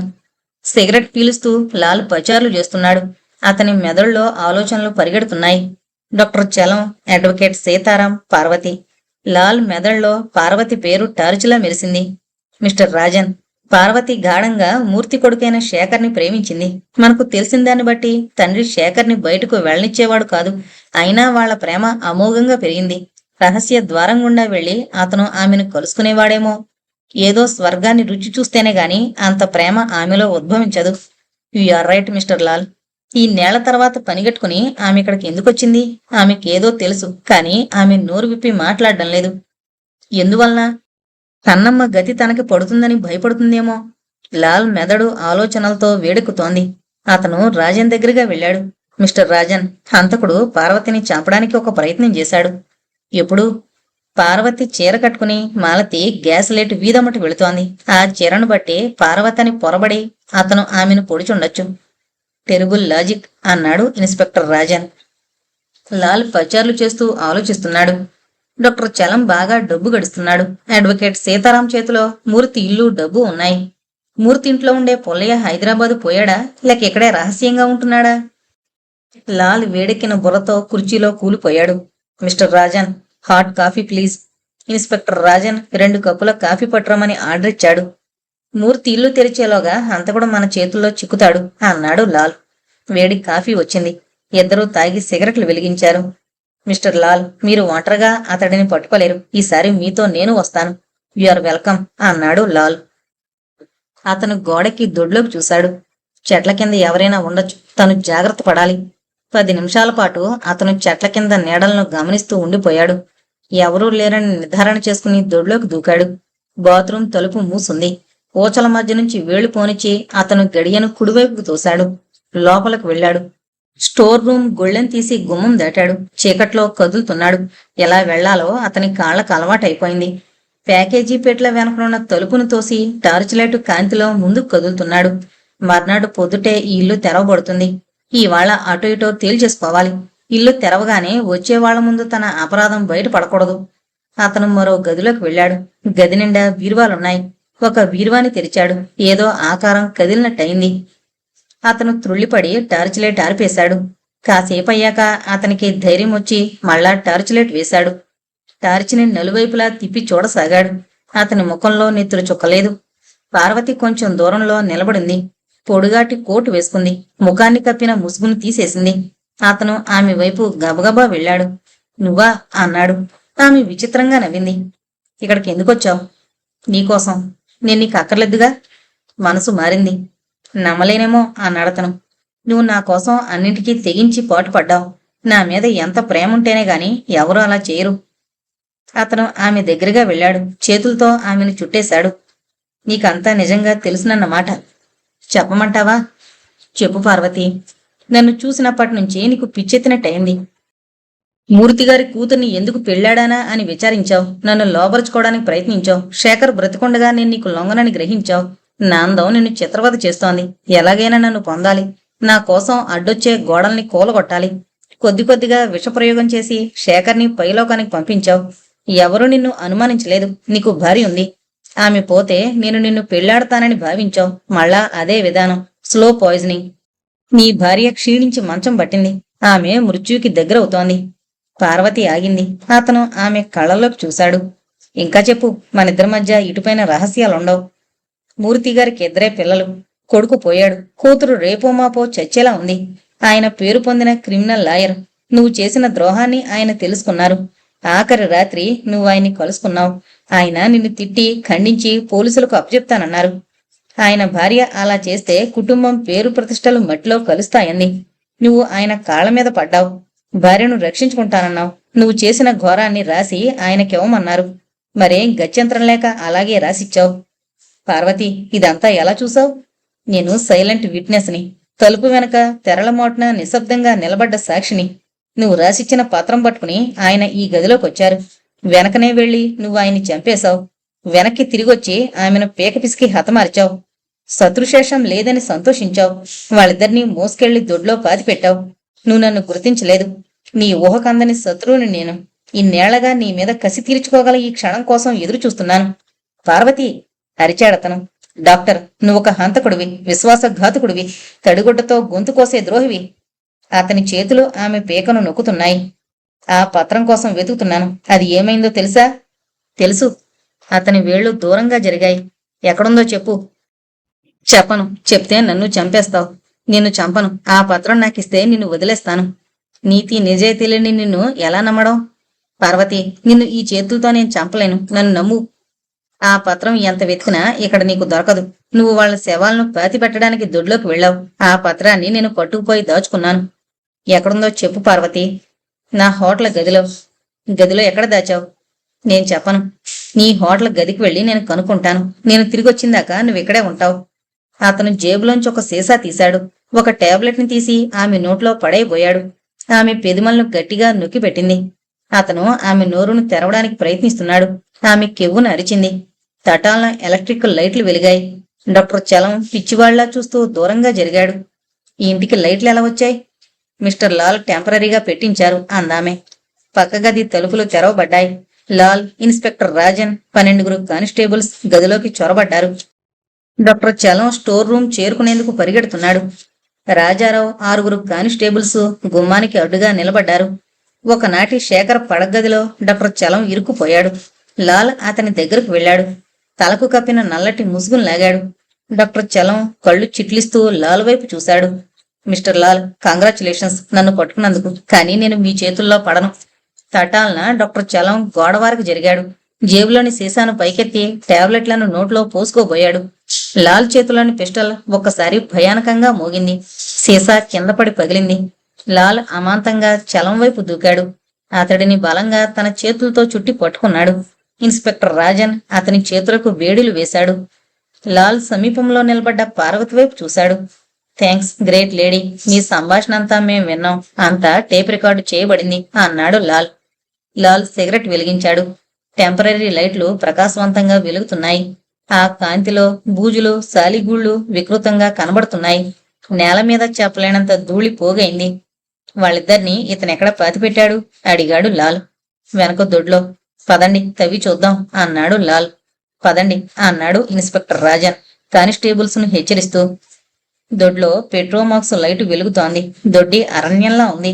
అనేక చోట్ల ఎత్తుగా గడ్డి పెరిగింది. కానిస్టేబుల్స్ ఒక చోట తవ్వుతున్నారు. లాల్ పార్వతి చెట్ల కింద పచారులు చేస్తున్నారు. డాక్టర్ చలం రాతి విగ్రహంలా నిలబడ్డాడు. ఎముకలు అరిచాడు గోతులో ఉన్న ఒక కానిస్టేబుల్. లాల్ పార్వతి పరిగెత్తుకొచ్చారు. ఒక కానిస్టేబుల్ పెట్రోమాక్స్ లైట్ ను గోతులోకి దింపి పట్టుకున్నాడు. పార్వతి పక్కపక్కనే ఉన్న 2 అస్థిపంజరాల వైపు చూసి కెవ్వును అరిచింది. లాల్ ఆమె భుజం మీద చేయి వేశాడు. పార్వతి ధైర్యం తెచ్చుకోండి అన్నాడు లాల్. మళ్ళా ఆమె గోతులోకి చూసింది. ఎడంవైపున భార్య, కుడివైపున మూర్తిగారు అందామె. ఆమె పొట్టి, ఆయన పొడుగు అన్నాడు లాల్. వాటిని అలాగే ఉంచి పైకి రండి అరిచాడు ఇన్స్పెక్టర్ రాజన్. డాక్టర్ చలం గడ్డి నేల మీద కూర్చుని ఏదో నములుతున్నాడు. డాక్టర్ ఏంటి తింటున్నారు? పచ్చగడ్డి. నేనున్న స్థితిలో ఏం తిన్నా ఒకటే. లాల్ అతని వైపు సూటిగా చూశాడు. డాక్టర్ మాలతిని కన్నమ్మని చంపారా? ఎస్. జిమ్ఖానా క్లబ్లో ఉన్న మీరు మాలతిని ఎలా చంపారు? నేను క్లబ్లో లేను. గ్యాస్ లైట్ వీధి మొదట్లో ఉన్న మందుల షాపు నుంచి ఫోన్ చేశాను. చీకట్లో నిలబడ్డాను. నేను ఇచ్చిన తెల్ల చీర కట్టుకుని ఒక స్త్రీ వెళ్లడం చూశాను. చీరను బట్టి ఆమె పార్వతి అనుకున్నాను. పొడిచి చంపి కారులో క్లబ్కి పోయాను. పార్వతి గదిలో లేదని నిర్ధారణ చేసుకునేందుకు హోటల్ బృందావనికి ఫోన్ చేశాను. ఆమె కంఠం విని ఏదో తప్పు జరిగిందని గ్రహించాను అన్నాడు చలం. పుల్లయ్య ఏమయ్యాడు? నా దగ్గర 2 రోజులున్నాడు. వాడు రాత్రే మా ఇంటికొచ్చేశాడు. వాడికేమీ తెలీదు. వాడు ట్యాక్సీ తెచ్చినట్లు నేనే కల్పించి మీతో చెప్పాను. వాణ్ణి హైదరాబాద్ పంపేశాను. డాక్టర్ చదువుకున్న మీరు ఇన్ని హత్యలు ఎందుకు చేశారు అడిగాడు లాల్. డాక్టర్ చలం తీక్షణంగా పార్వతి వైపు చూశాడు. అందమైన ఆ పిశాచం నా జీవితాన్ని ధ్వంసం చేసింది. నన్ను అమితంగా ఆకర్షించిన ఆమెను నేను పొందలేకపోయాను. ఆమె కోసం ఎన్నో హత్యలు చేసి ఆమె ఎంతకీ లొంగదని నిశ్చయించుకుని చివరికి ఆమెనే చంపాలని అనుకున్నాను. ఆమె అందం నా జీవితానికి ఏలినాటి శనైంది. లాల్ మెల్లగా పార్వతి వైపు చూశాడు. డాక్టర్ చలం రాసిచ్చిన పత్రం మీ హోటల్ గదిలో ఉందా అడిగాడు లాల్. లేదు, అతను నన్ను చంపడని అలా చెప్పాను. ఇంతకీ ఆ పత్రం ఏమైంది? డాక్టర్ చలం మూర్తిగారి వెనకనే గదిలోకి వెళ్ళాడు. ఆ పత్రం మూర్తిగారి భార్య కూర్చున్న కుర్చీ కింద గాలికి ఎగిరిపడింది. తన కుటుంబ గౌరవాన్ని కాపాడడం కోసం ఆమె ఆ పత్రాన్ని అగ్గిపొల్ల వెలిగించి కాల్చేసి నుసిని యాస్ట్రేలో పోసింది. ఇంతలో చలం తిరిగొచ్చాడు. ఏదైనా చెప్పేలోగానే ఆమెను పీక పిసికి చంపేశాడు. డాక్టర్ చలంకి ఇది తెలుసుంటే చీకు చింత లేకుండా ఉండేవాడు అంది పార్వతి. మళ్ళా జన్మించి నిన్ను ఇలాగే మోసం చేస్తాను అన్నాడు చలం. ఆమె చిత్రంగా నవ్వింది. డాక్టర్, మరో జన్మలో కూడా నువ్వు కోరుకునేది మోసమేనా? నిన్ను చూస్తే, నీ మాటలు వింటే ఎవరికీ దయ పుట్టదు. మంచి మార్గంలో ధర్మంగా జీవించే మనిషిగా నిన్ను మరో జన్మలోనైనా రూపొందించమని దైవాన్ని ప్రార్థించు అంది పార్వతి. డాక్టర్ చలం కళ్ళు కిందకు చూస్తున్నాయి. మిస్టర్ లాల్, ఇక నా హోటల్కి వెళ్ళాలి అందామె. పదండి, మిమ్మల్ని దింపుతాను. మా జీప్లో వెళ్ళండి అన్నాడు ఇన్స్పెక్టర్ రాజన్. ఇన్స్పెక్టర్ రాజన్ హడావిడిగా పనులు చేస్తున్నాడు. లాల్, పార్వతి, రాజారావు మెల్లిగా స్టోర్ రూంలోంచి బాత్రూం చేరుకున్నారు. విమల, సుందరి అక్కడ నిలబడున్నారు. ఏమైందండి అడిగింది ఆమె. నిన్ను భయపెట్టిన దెయ్యం దొరికింది అన్నాడు రాజారావు. దెయ్యమే? నేను చెప్తే మీరు నమ్మలేదు చూసారా? ఆ దెయ్యం పేరు డాక్టర్ చలం అన్నాడు లాల్ నవ్వుతూ. విమల ఉలిక్కి పడింది. అందరూ ముందున్న హాల్లోకి నడిచారు. సోఫాల్లో కూర్చున్నారు. వేడి టీ పట్రావే, తాగి వెళతారు అన్నాడతను. విమల వంటగది వైపు పరిగెత్తింది. లాల్ సిగరెట్ వెలిగించాడు. పార్వతి కునికిపాట్లు పడుతోంది. మిస్టర్ లాల్, ఏళ్ల తరబడి నాకు నిద్ర లేదు. ఇటుపైన సుఖంగా నిద్ర పడుతుంది అంది పార్వతి. ఇంతటితో గోస్ట్ మర్డర్స్ అనే నవల కంప్లీట్ అయిందండి. లైక్ చేయడం మాత్రం మర్చిపోవద్దు. మీరు చేసిన ఒక లైక్ వల్ల మన ఛానల్ మరికొంతమందికి చేరువవుతుంది. Thank you.